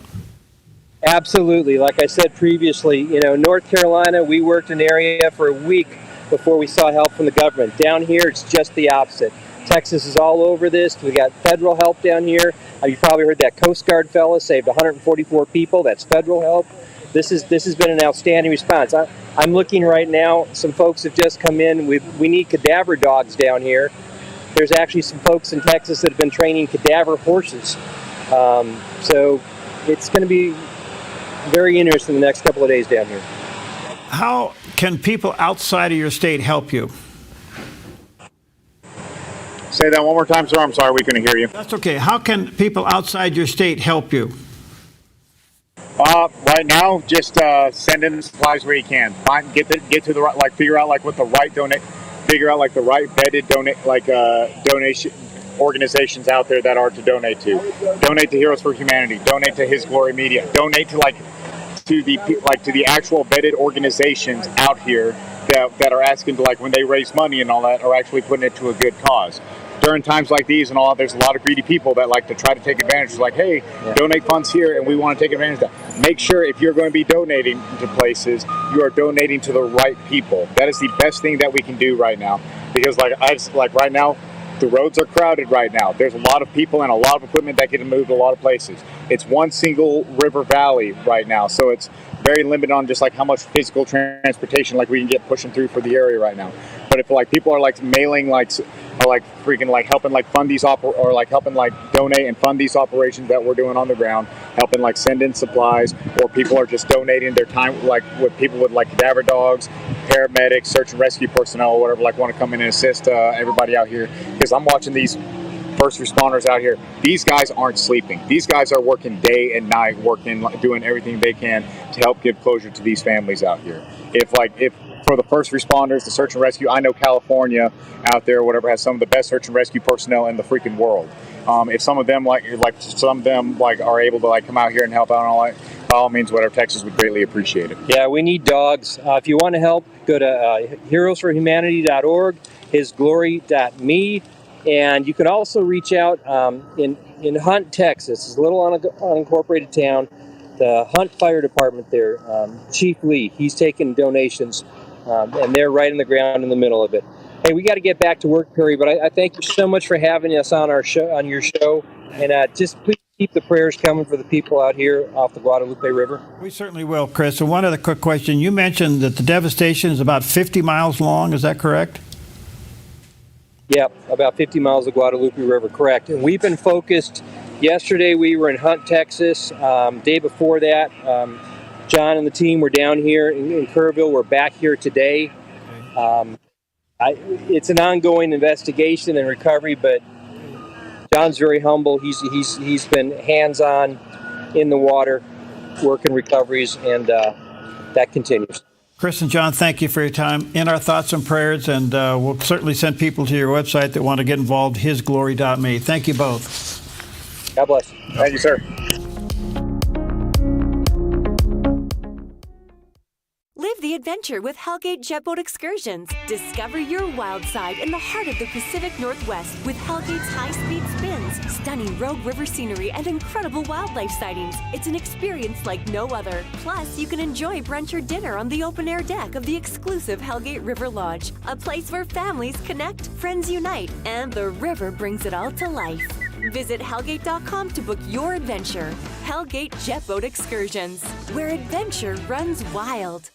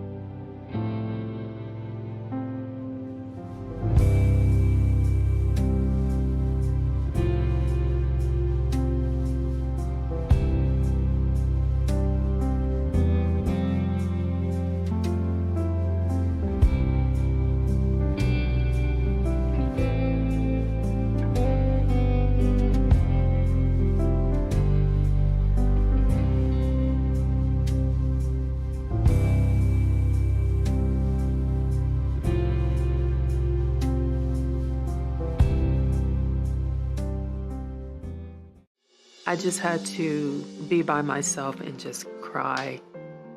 That stroke took a big toll on me. I was really praying, Lord, keep him, because Christina and Grace, they need their dad. I just had to believe God.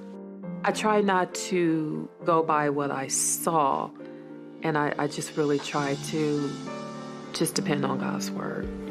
Tuesday on the 700 Club, right here on the Dove TV.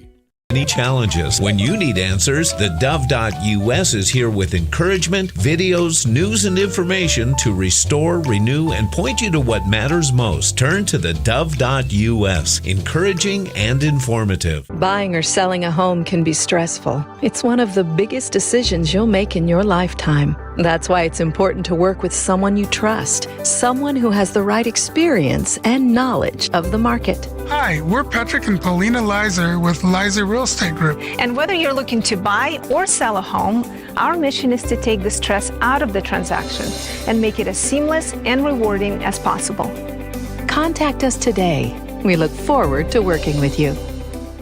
Finding that next great series to binge watch is fun, but your neck, shoulders, and body don't count that as me time. Hi, I'm Tamara Miller, owner of Organic Element Spa, and I invite you to put down the remote, get off the couch, and schedule yourself some real me or we time with your favorite service, like one of our many massages, couples massages, or facials. Your health, safety, and comfort are always top priority with us at Organic Element Spa. We can't wait to see you. Book your appointment today. Our goal at theDove is to glorify God and help our audience connect more closely with Him. Something else we do here at theDove is help connect our audience with reliable businesses and vice versa. Some call it advertising. Here at theDove, we call it outreach. Connecting businesses with people they can help and our audience with reliable businesses for the help they need. If you'd like to reach out to our audience with your business or service, give us a call, 541-776-5368.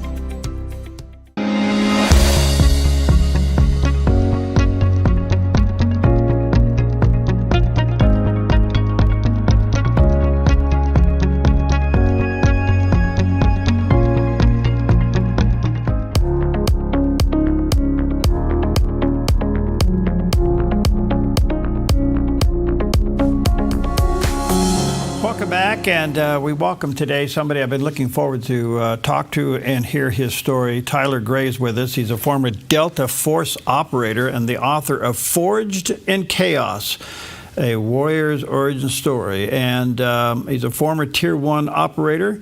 His military career ended abruptly when he was seriously wounded during a nighttime raid in Iraq, leading to really unbelievable 4 years of recovery. He's leading an advocate. He is a leading advocate for veterans' mental health, specializing in PTSD and traumatic brain injury. So we honor to have him today. Tyler, thank you for your time. How you doing? Good, sir. Thanks so much for having me. Thank you. Where are you? Where are we Skyping you in from? I'm in Boca Raton, Florida right now. Okay. Thank you for your time. Your story is amazing. How did you go through the decision to go ahead and be so raw in your book? That's an interesting question. I was just talking about that earlier. And, the term raw has been used, another term, vulnerable. But the way I describe it, I never really made the decision to be raw or vulnerable.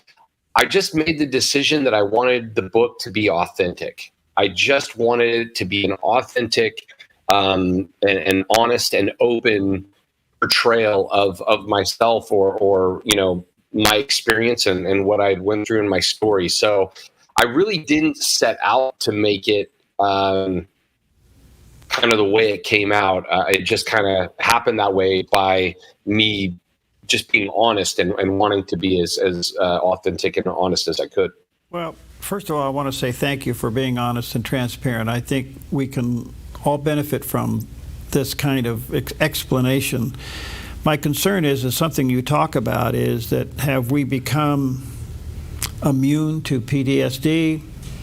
Have we become immune to mental health because these are just words and phrases that we throw around today? And you're concerned about that as well. Have we really misunderstood what a veteran goes through dealing with PTSD? Yeah, I mean, I think it's a lot of things. I think, like everything, the different concerns and diagnoses, et cetera, they evolve over time. And for me, I think the biggest problem that I've seen for the last 15-ish years is that, there was this, 20 years ago, there was kind of this start of pushing, PTSD to gain awareness. And for the last 15 years, we've seen people constantly bringing awareness to PTSD, and then we've seen, different solutions or treatments come up. And yet, over the past 15 years, as treatments and awareness has gone up, the suicide rate among veterans and first responders has also gone up, not down. So my opinion based on that is, I think we've fundamentally misdiagnosed what the actual disease is. And that's what I really talk about in the book. Wow. Where did we miss it? How did we miss it? That's a great question. I think it's a multitude of factors. I probably the most core factor is really just, in my opinion, the way that I'm going to use the word healthcare, but the way healthcare works in this country, it's very fragmented. Physical health is one side, and then mental health is another. We don't see it. The healthcare system doesn't see it as overall health. It's fragmented and fractured. And then doctors are all overly specialized. And don't get me wrong, that's good. I want a surgeon. If I'm getting brain surgery, I want a brain surgeon, right? That being said, when it comes to the mind is in the body. So if we're treating mental health as somehow separate from physical health, it's just not the way the body works. The more we learn, the more we're realizing how interconnected everything is. And so I think it's just I don't think it was intentional. I think where we're at now is just the natural evolution of learning more, understanding more. And now there's much more comprehensive, solutions in place. And I believe there's a new level of diagnosis that will eventually replace the old ones. Boy, this is tough. Do you have any idea why, even though we have identified it and we're doing everything we can to treat it, that the suicide rate continues to go up? That something's missing here. What is it? Yeah. So I'll say it's a great question, and I'll answer what my opinion is, and that is, PTSD is 4 letters, right? Post-traumatic stress disorder. And what does that really mean? If someone, and I was told by multiple, the VA as well as other, mental health professionals, et cetera, that I had PTSD. And when you say to someone, you have PTSD, those 4 letters is your entire problem. What I've learned at this point through my own experiences is that's not the only problem. Not only is it not the only problem, but again, I see PTSD at best as a symptom. It's not the core disease. And so the reason the suicide rate has continued to go up is because we are claiming that the symptom is the disease. And when we do that, we'll never cure the actual disease. Because we're focusing on only what is actually a symptom. Okay. And go ahead. No, I think you nailed it. Because what I'm trying to drill down in here is that when we are given a title as something, that ends to be the catch-all, end-all, when really it's just a part of it. The thing that I'm trying for us to understand, you went from a battle zone, unbelievable chaos, to 4 years of medical trauma, and then you're supposed to come back home and live normal. I mean, nobody can go through that roller coaster of emotions, whether it's diagnosed with PTSD or mental health. Very few can come through those 3 categories and survive. Yeah, after those 4 years, or actually I should say even during the majority of them, there was at least, I'll just say, a 3-year period, maybe more, where there's not a doubt in my mind, in hindsight, that I was absolutely, without a doubt, clinically depressed. And I mean severely clinically depressed. That being said, it was never diagnosed, and I didn't know what I didn't know at the time. And so, again, going back to what I said earlier, it's not the reason for suicide. If somebody's committing suicide, things are pretty freaking bad, obviously, right? It's pretty bad. And so it's illogical to think that things could be that bad off of one thing. It's not one problem. It's not 4 letters. It's a plethora of issues that are all combining together. And the combination of those various issues are so hard to identify the specifics of how to solve them that the problem seems so large, therefore it's unsolvable. And when something feels hopeless and unsolvable, that's leading someone, eventually possibly down the path to take their life. They have to see a complete lack of solutions and hope. And that's what I think the suicide epidemic is caused by, is that lack of hope based on so many undiagnosed or unseen issues all working together in conjunction. Tyler, during your deepest depression, how did you develop a warlike spirit to fight your way out of it?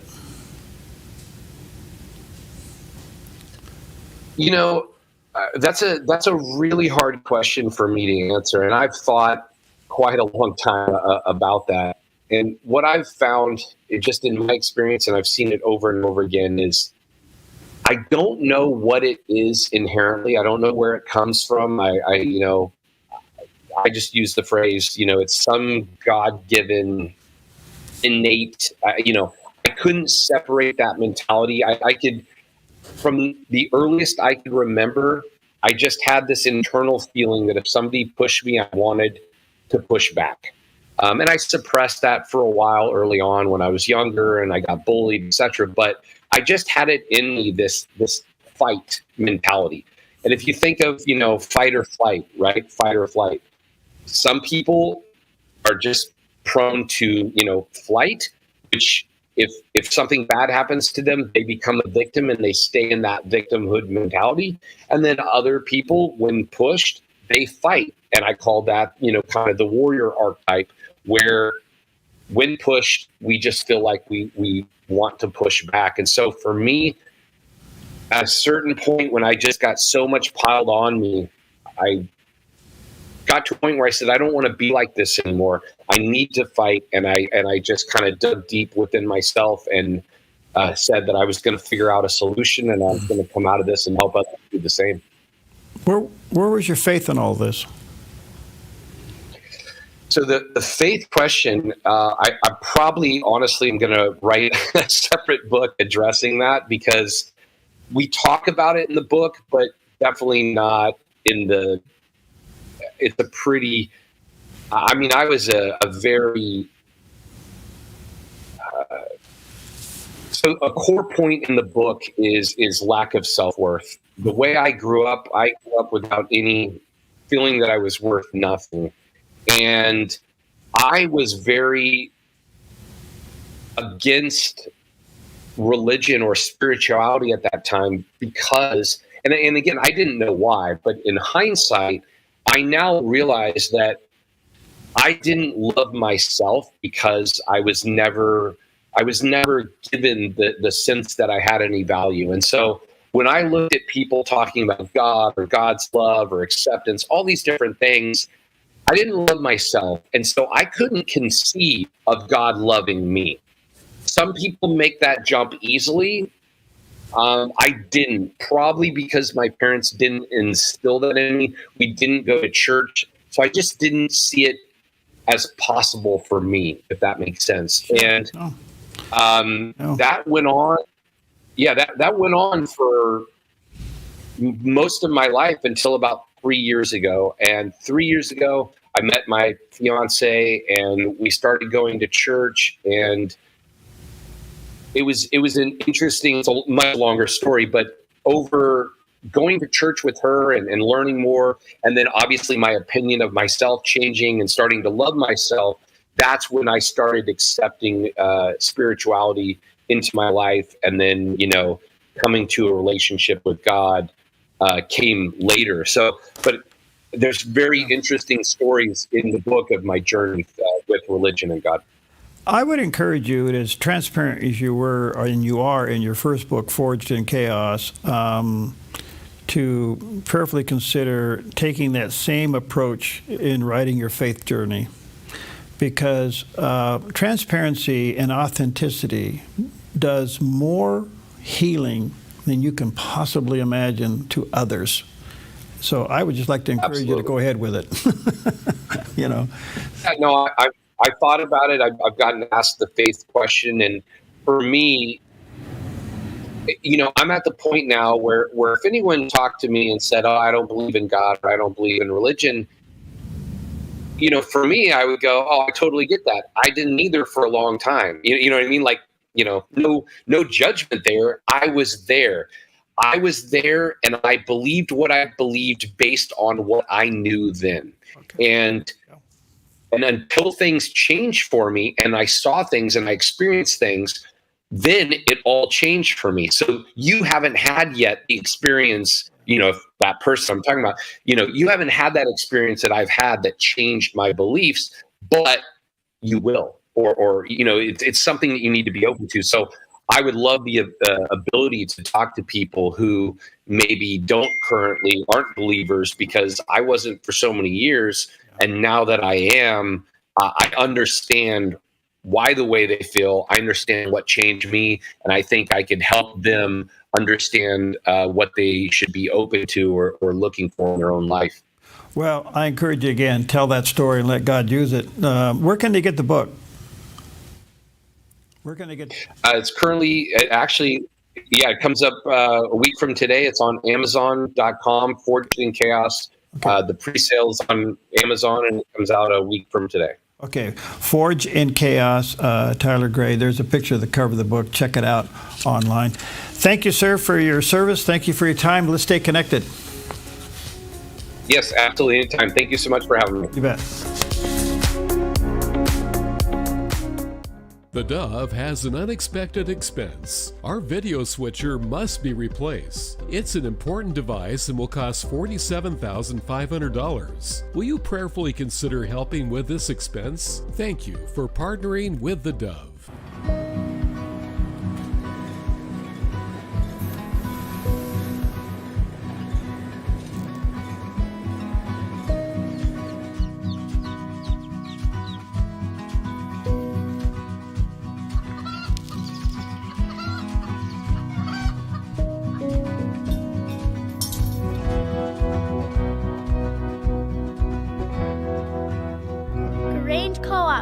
Big ideas grow.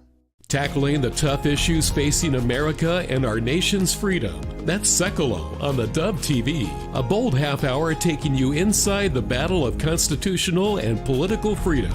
Be in the know with Sekalo on the Dove TV.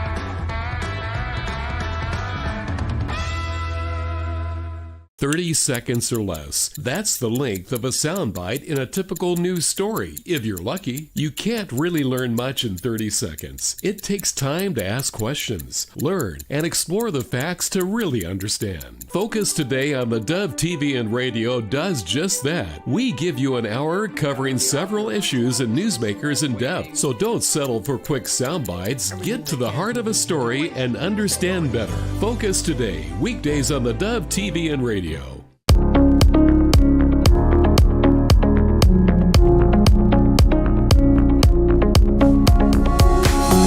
Okay, welcome back. And of course, this past Friday was the final day of the current session of the Supreme Court. A lot of decisions came out, so very timely for us to have back somebody that I have high regard for. Jim Burling, he's the Pacific Legal Foundation Vice President of Legal Affairs, and he's authored an interesting book, The Hidden Story of America Housing Crises, and there's a picture of the book.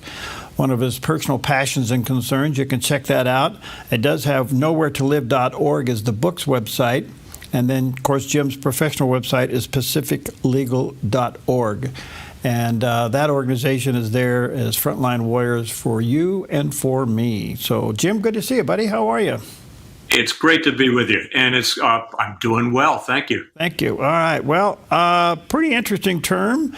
Some big ones came out. I guess the one that I want to start with was the slapping down of the lower courts. What do you think? I think it's inevitable that this is going to happen, starting with the Obama administration, moving up to Trump and Biden and Trump too. The power of the president has been increasingly constrained by these nationwide injunctions. Of course, the presidents have been more and more robust in what they've trying to do with executive orders and that kind of thing. But we have seen basically a snowballing effect of the ability of disaffected people, whether it's the conservatives disaffected by the liberal administrations or the liberals disaffected by conservative administrations, running to a favorite court, whether that's Texas if you're suing the Democratic president, or San Francisco if you're suing a Republican president, and getting a nationwide injunction. And in the birthright citizenship case, the Supreme Court just slapped that idea down, saying, look, you're only going to have nationwide injunctions in very limited circumstances, because the people bringing these suits really have no nationwide interest, is what the court was saying. It's a very local interest. It was pregnant women who were concerned about whether or not their children would be citizens under the birthright citizenship executive order.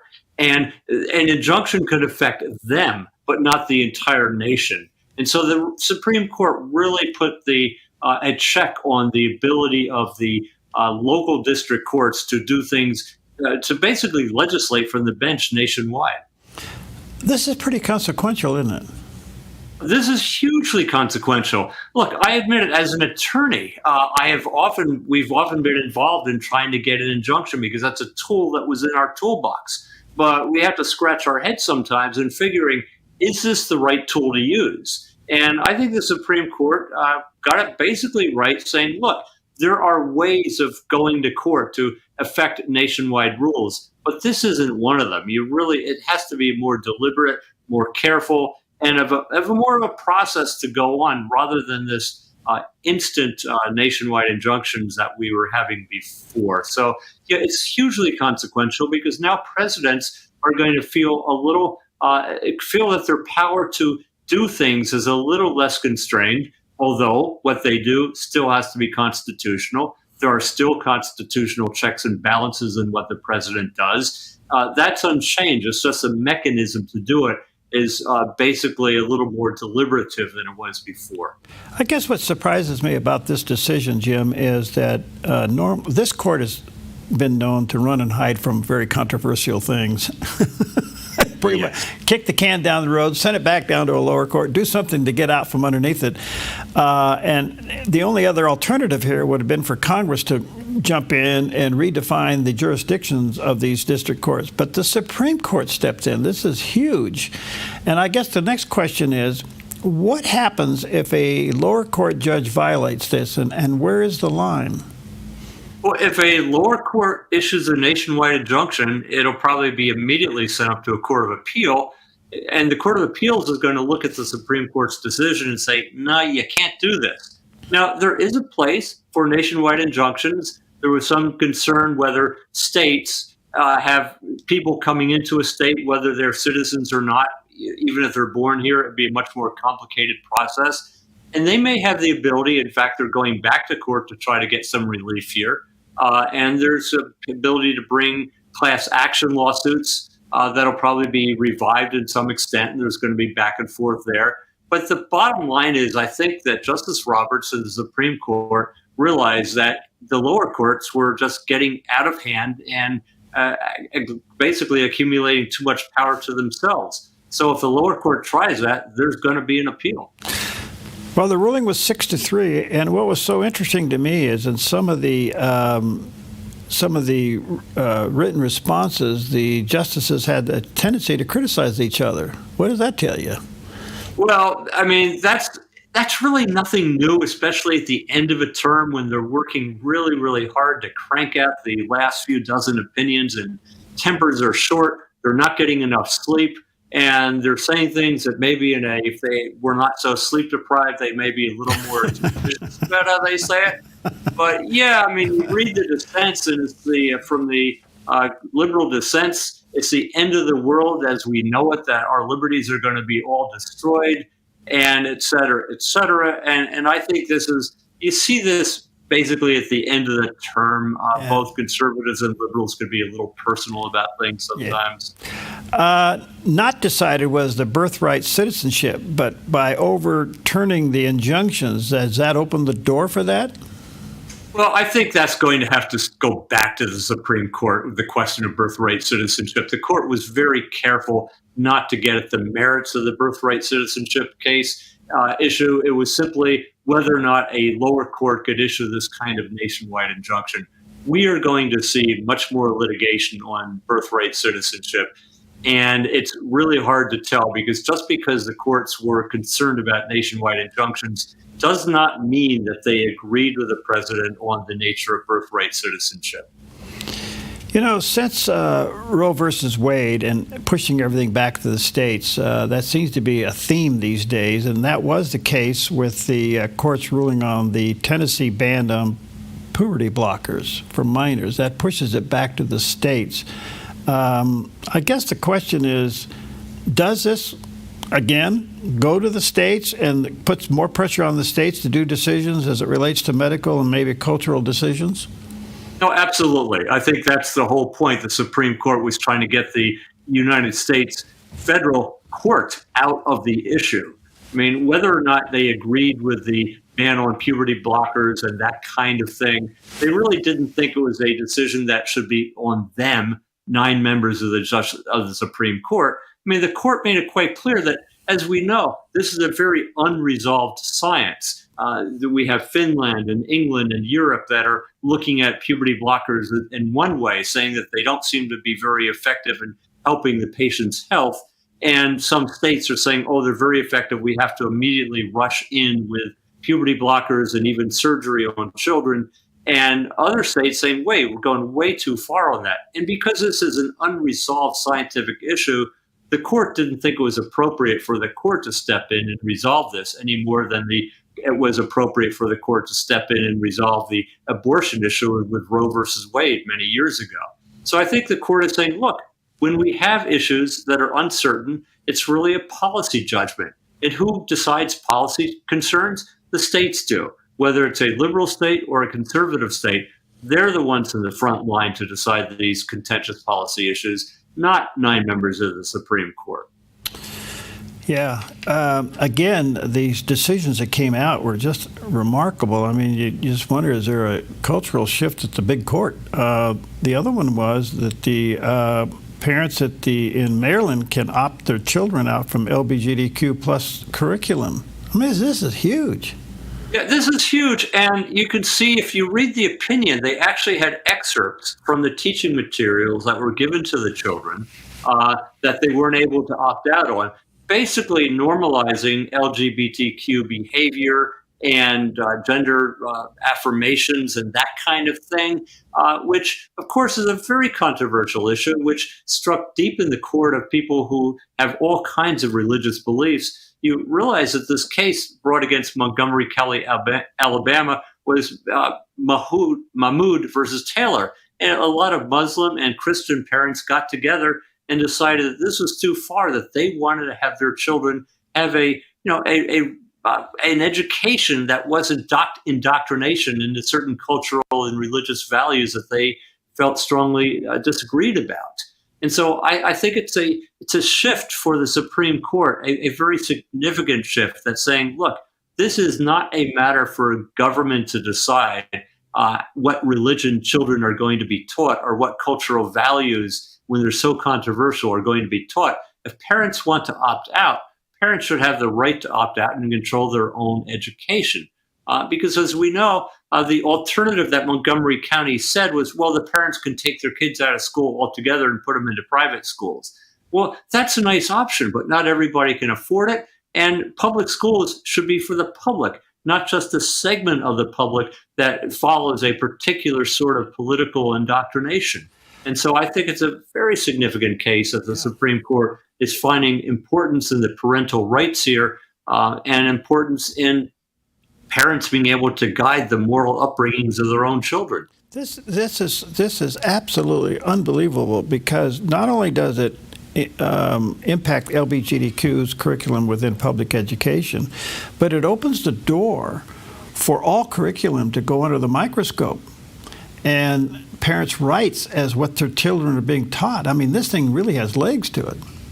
Oh, it absolutely does. I mean, I can tell you from experience, I have a grandchild who is now in private school because of his parents and her concerns about what is being taught in our public schools. And I think it would be great if it was easier to opt out of teachings that are simply antithetical to people's religious and moral beliefs. And so, yes, I would hope that parents are going to look at this case and say, hey, we should examine more carefully what goes on in our schools. Because I think most people aren't aware of what's going on in the schools today.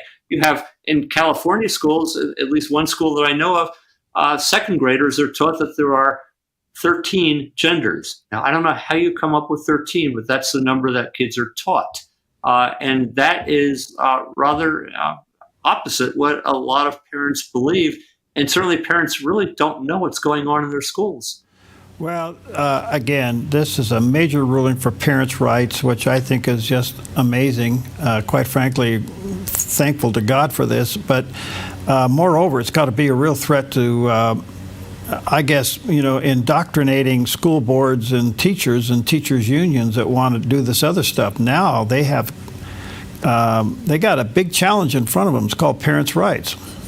Yeah, we have a marketplace of ideas in this country, and it's not a question of children being exposed to various ideas, but it's a question of this sort of level of exposure. When exposure becomes indoctrination, it becomes a problem. Yeah. And I think that the court recognizes that. And one other thing, kind of on this line before I take a break, they also upheld the Texas age verification law for porn sites. I don't know how that's policed, but just the case itself is pretty significant. Oh, absolutely. And this was a law in Texas that was passed by an overwhelming majority of people of the legislatures in Texas. I think there's only one dissenting vote.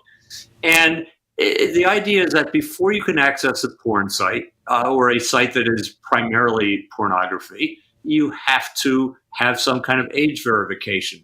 And naturally, that's going to have an impact on the pornography sites. Because a lot of adults don't want to give any personal information, of course, when they go onto such a site. I don't blame them. I wouldn't either if I were involved in that kind of thing. And so they objected on First Amendment grounds. And the court said, no, it's a requirement to get age verification. Now, whether or not this ultimately the kids are going to find a way around this, as kids are a lot smarter than we are when it comes to the internet. But it was an attempt by Texas to kind of rein in the exposure of children to pornography. Whether it works is anybody's guess. But the Supreme Court said, look, the state has the ability to do that. It's really not a violation of the First Amendment rights. And it said it's because it's neutral. It's not really restricting a particular political viewpoint. It's not going to get the highest level of scrutiny that you normally would see in a First Amendment challenge. But whether or not really the government can show that it has a good reason for doing what it's doing, and the Texas said, yeah, we have a good reason. We're trying to protect our children. And that was adequate for the Supreme Court.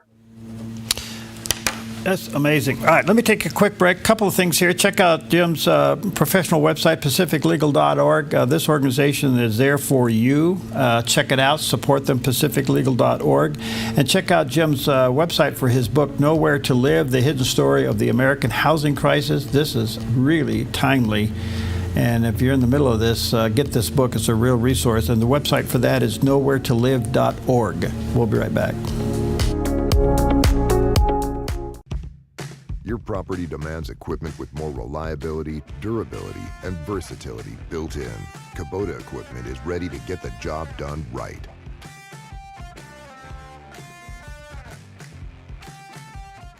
Clean water is essential to your good health. Ultra Pure Purified Water has been delivering purified, healthy drinking water to the Rogue Valley since 1995. Locally owned and family run, Ultra Pure Purified Water uses a multi-stage process ensuring your delivery of water is 99.8% pure, so your family stays hydrated and healthy. Online at ultrapurewaterinc.com or call 541-734-0828. 541-734-0828.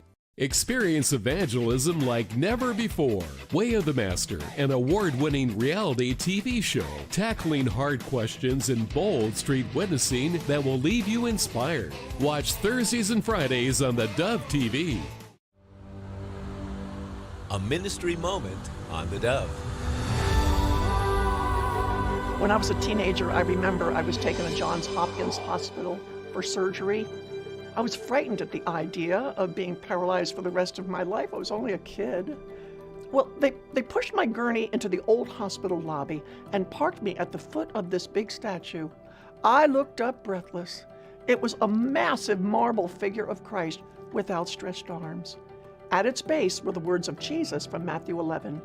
"Come to me, all you who are weary and burdened, and I will give you rest."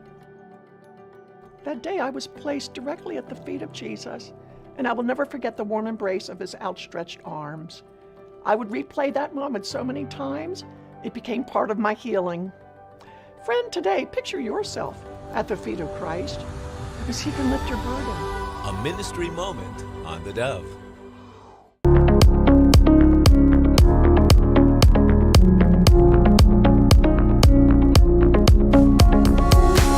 Okay, welcome back, and always an honor to have with us Jim Burling. It's very timely to have him. He is Pacific Legal Foundation's Vice President of Legal Affairs. He's also the author of a fascinating book.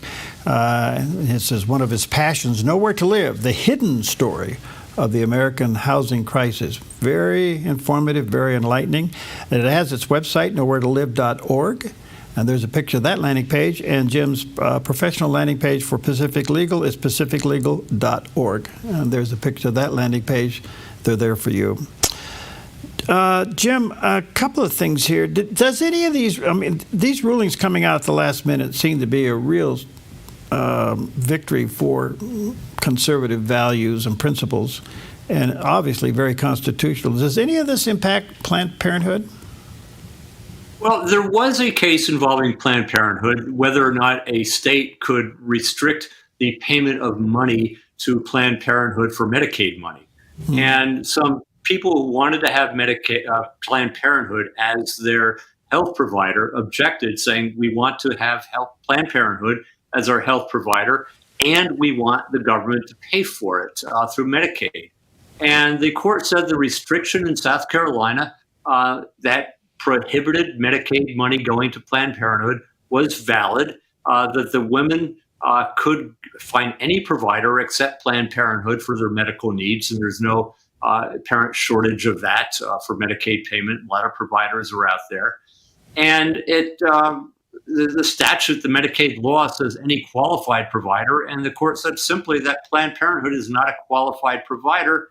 There was a strong dissent from Justice Jackson. She was saying this is stymieing one of the country's great civil rights. Continues with this, talking about the right to abortion, or what she considers a right to abortion, and it's going to go from there. But the heyday of Planned Parenthood, as far as having the political influence in the courts, does seem to have been pretty much dead and gone. There was the idea that a state could restrict Planned Parenthood from getting Medicaid money, I think, would have been unthinkable a dozen years ago. But now it's routine, and I think other states are going to follow in South Carolina now that they see the Supreme Court says it's okay. If Planned Parenthood wants to provide medical services, that's one thing. But as long as money they get is used for abortion, then I think the court said it's okay for states to say they don't get money, because as we know, that when you get a pot of money, the money all gets mixed up together. And just because Planned Parenthood would say that, well, we're not using Medicaid money itself for abortions, we know how budgets really work. So does a court. Yeah, this is pretty amazing, because as you know, the big beautiful bill is being debated as we speak, And in there is a defunding of Planned Parenthood for a year, so we'll see how this works out. But I want to come back to something you said there, and that is Planned Parenthood didn't meet the qualifications as a medical provider. I mean, that's pretty telling, don't you think? Yeah, that really is telling. And South Carolina said that somebody who provides abortions does not meet our criteria as a medical provider, as a qualified provider is the exact words they used.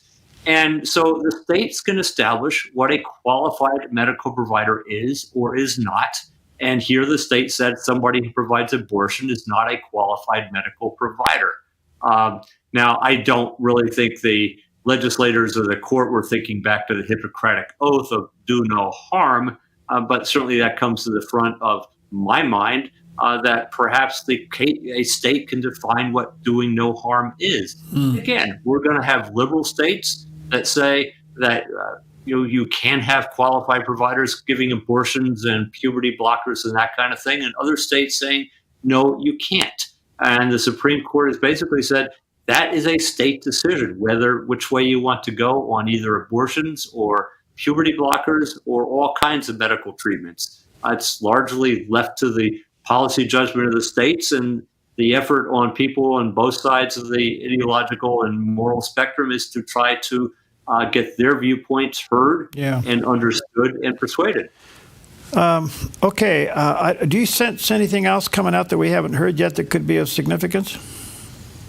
Well, we have a case that's going to be decided next year. That's fairly interesting. National Republican Senatorial Committee versus Federal Election Commission. The court just agreed to take this case. And this deals with the ability of political parties to get funding and spend funding on candidates during elections. There was about a dozen years ago a rather severe restriction that was put on that was upheld. And a lot of people thinking that it's probably time for the court to relook at that. And indeed, they are going to relook at that, which could change the power of political parties once again and what kind of fundraising and spending they can do. As we know that monies and elections are synonymous these days, and this is going to be another way of looking at it. Back to the lifting, or I should say, actually, the smacking down of the district courts and these injunctions. The 40-some-odd injunctions that have been filed against the president in the last 6 months, do they just go away with this decision? No, they're going to have to go away on an individual basis. So every one of these are appeals pending. And in every one of these cases, I'm pretty sure that the Justice Department attorneys are going to be saying, hey, wait a minute, look at the decision here. And you have to now basically stay the injunction until we go forward to decide the case on the merits. So this was a decision dealing with this particular case, dealing with birthright citizenship. It was not a case that dealt with any of the other, 40-some injunctions that are pending and the others that are in the works. Those will all have to be changed individually. But I think the Department of Justice will be doing that rather swiftly.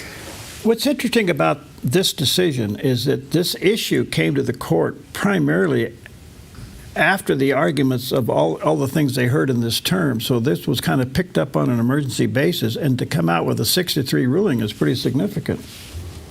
Oh, it is significant because there is a growing hue and cry about the number of these injunctions, nationwide injunctions issued by the lower courts. I mean, it had been growing rumblings. People were concerned about it during the first Trump administration, during this Biden administration, and now it's just snowballed, as I said, to just a huge concern under the Trump 2 administration. I mean, Trump has been much more robust in his executive authority and his executive orders, and that has led to far many more of these injunctions. And I think that the court said, hey, wait a minute, this is just getting way out of hand.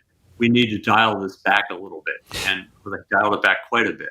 One quick question. I've got about 40 seconds here. Do you think Congress will finish the job by coming in and redefining the district limitations?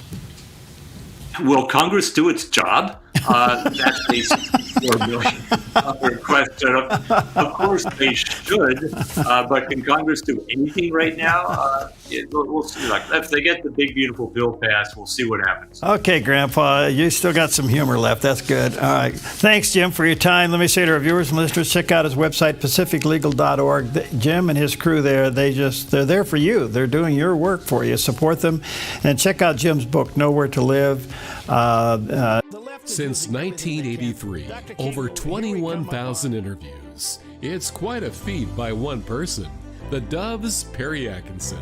Tap into his experience and knowledge right here, only on the Dove TV. The right cleaning company matters. Choose Dust Plus Cleaning and Carpet Care, a family-owned company proudly serving Grants Pass and nearby communities for over 25 years. We're passionate about delivering the best, whether it's carpets, using purified water for no window spots, or carefully washing solar panels. We're committed to superb customer service from start to finish. Radiant spaces from local professionals.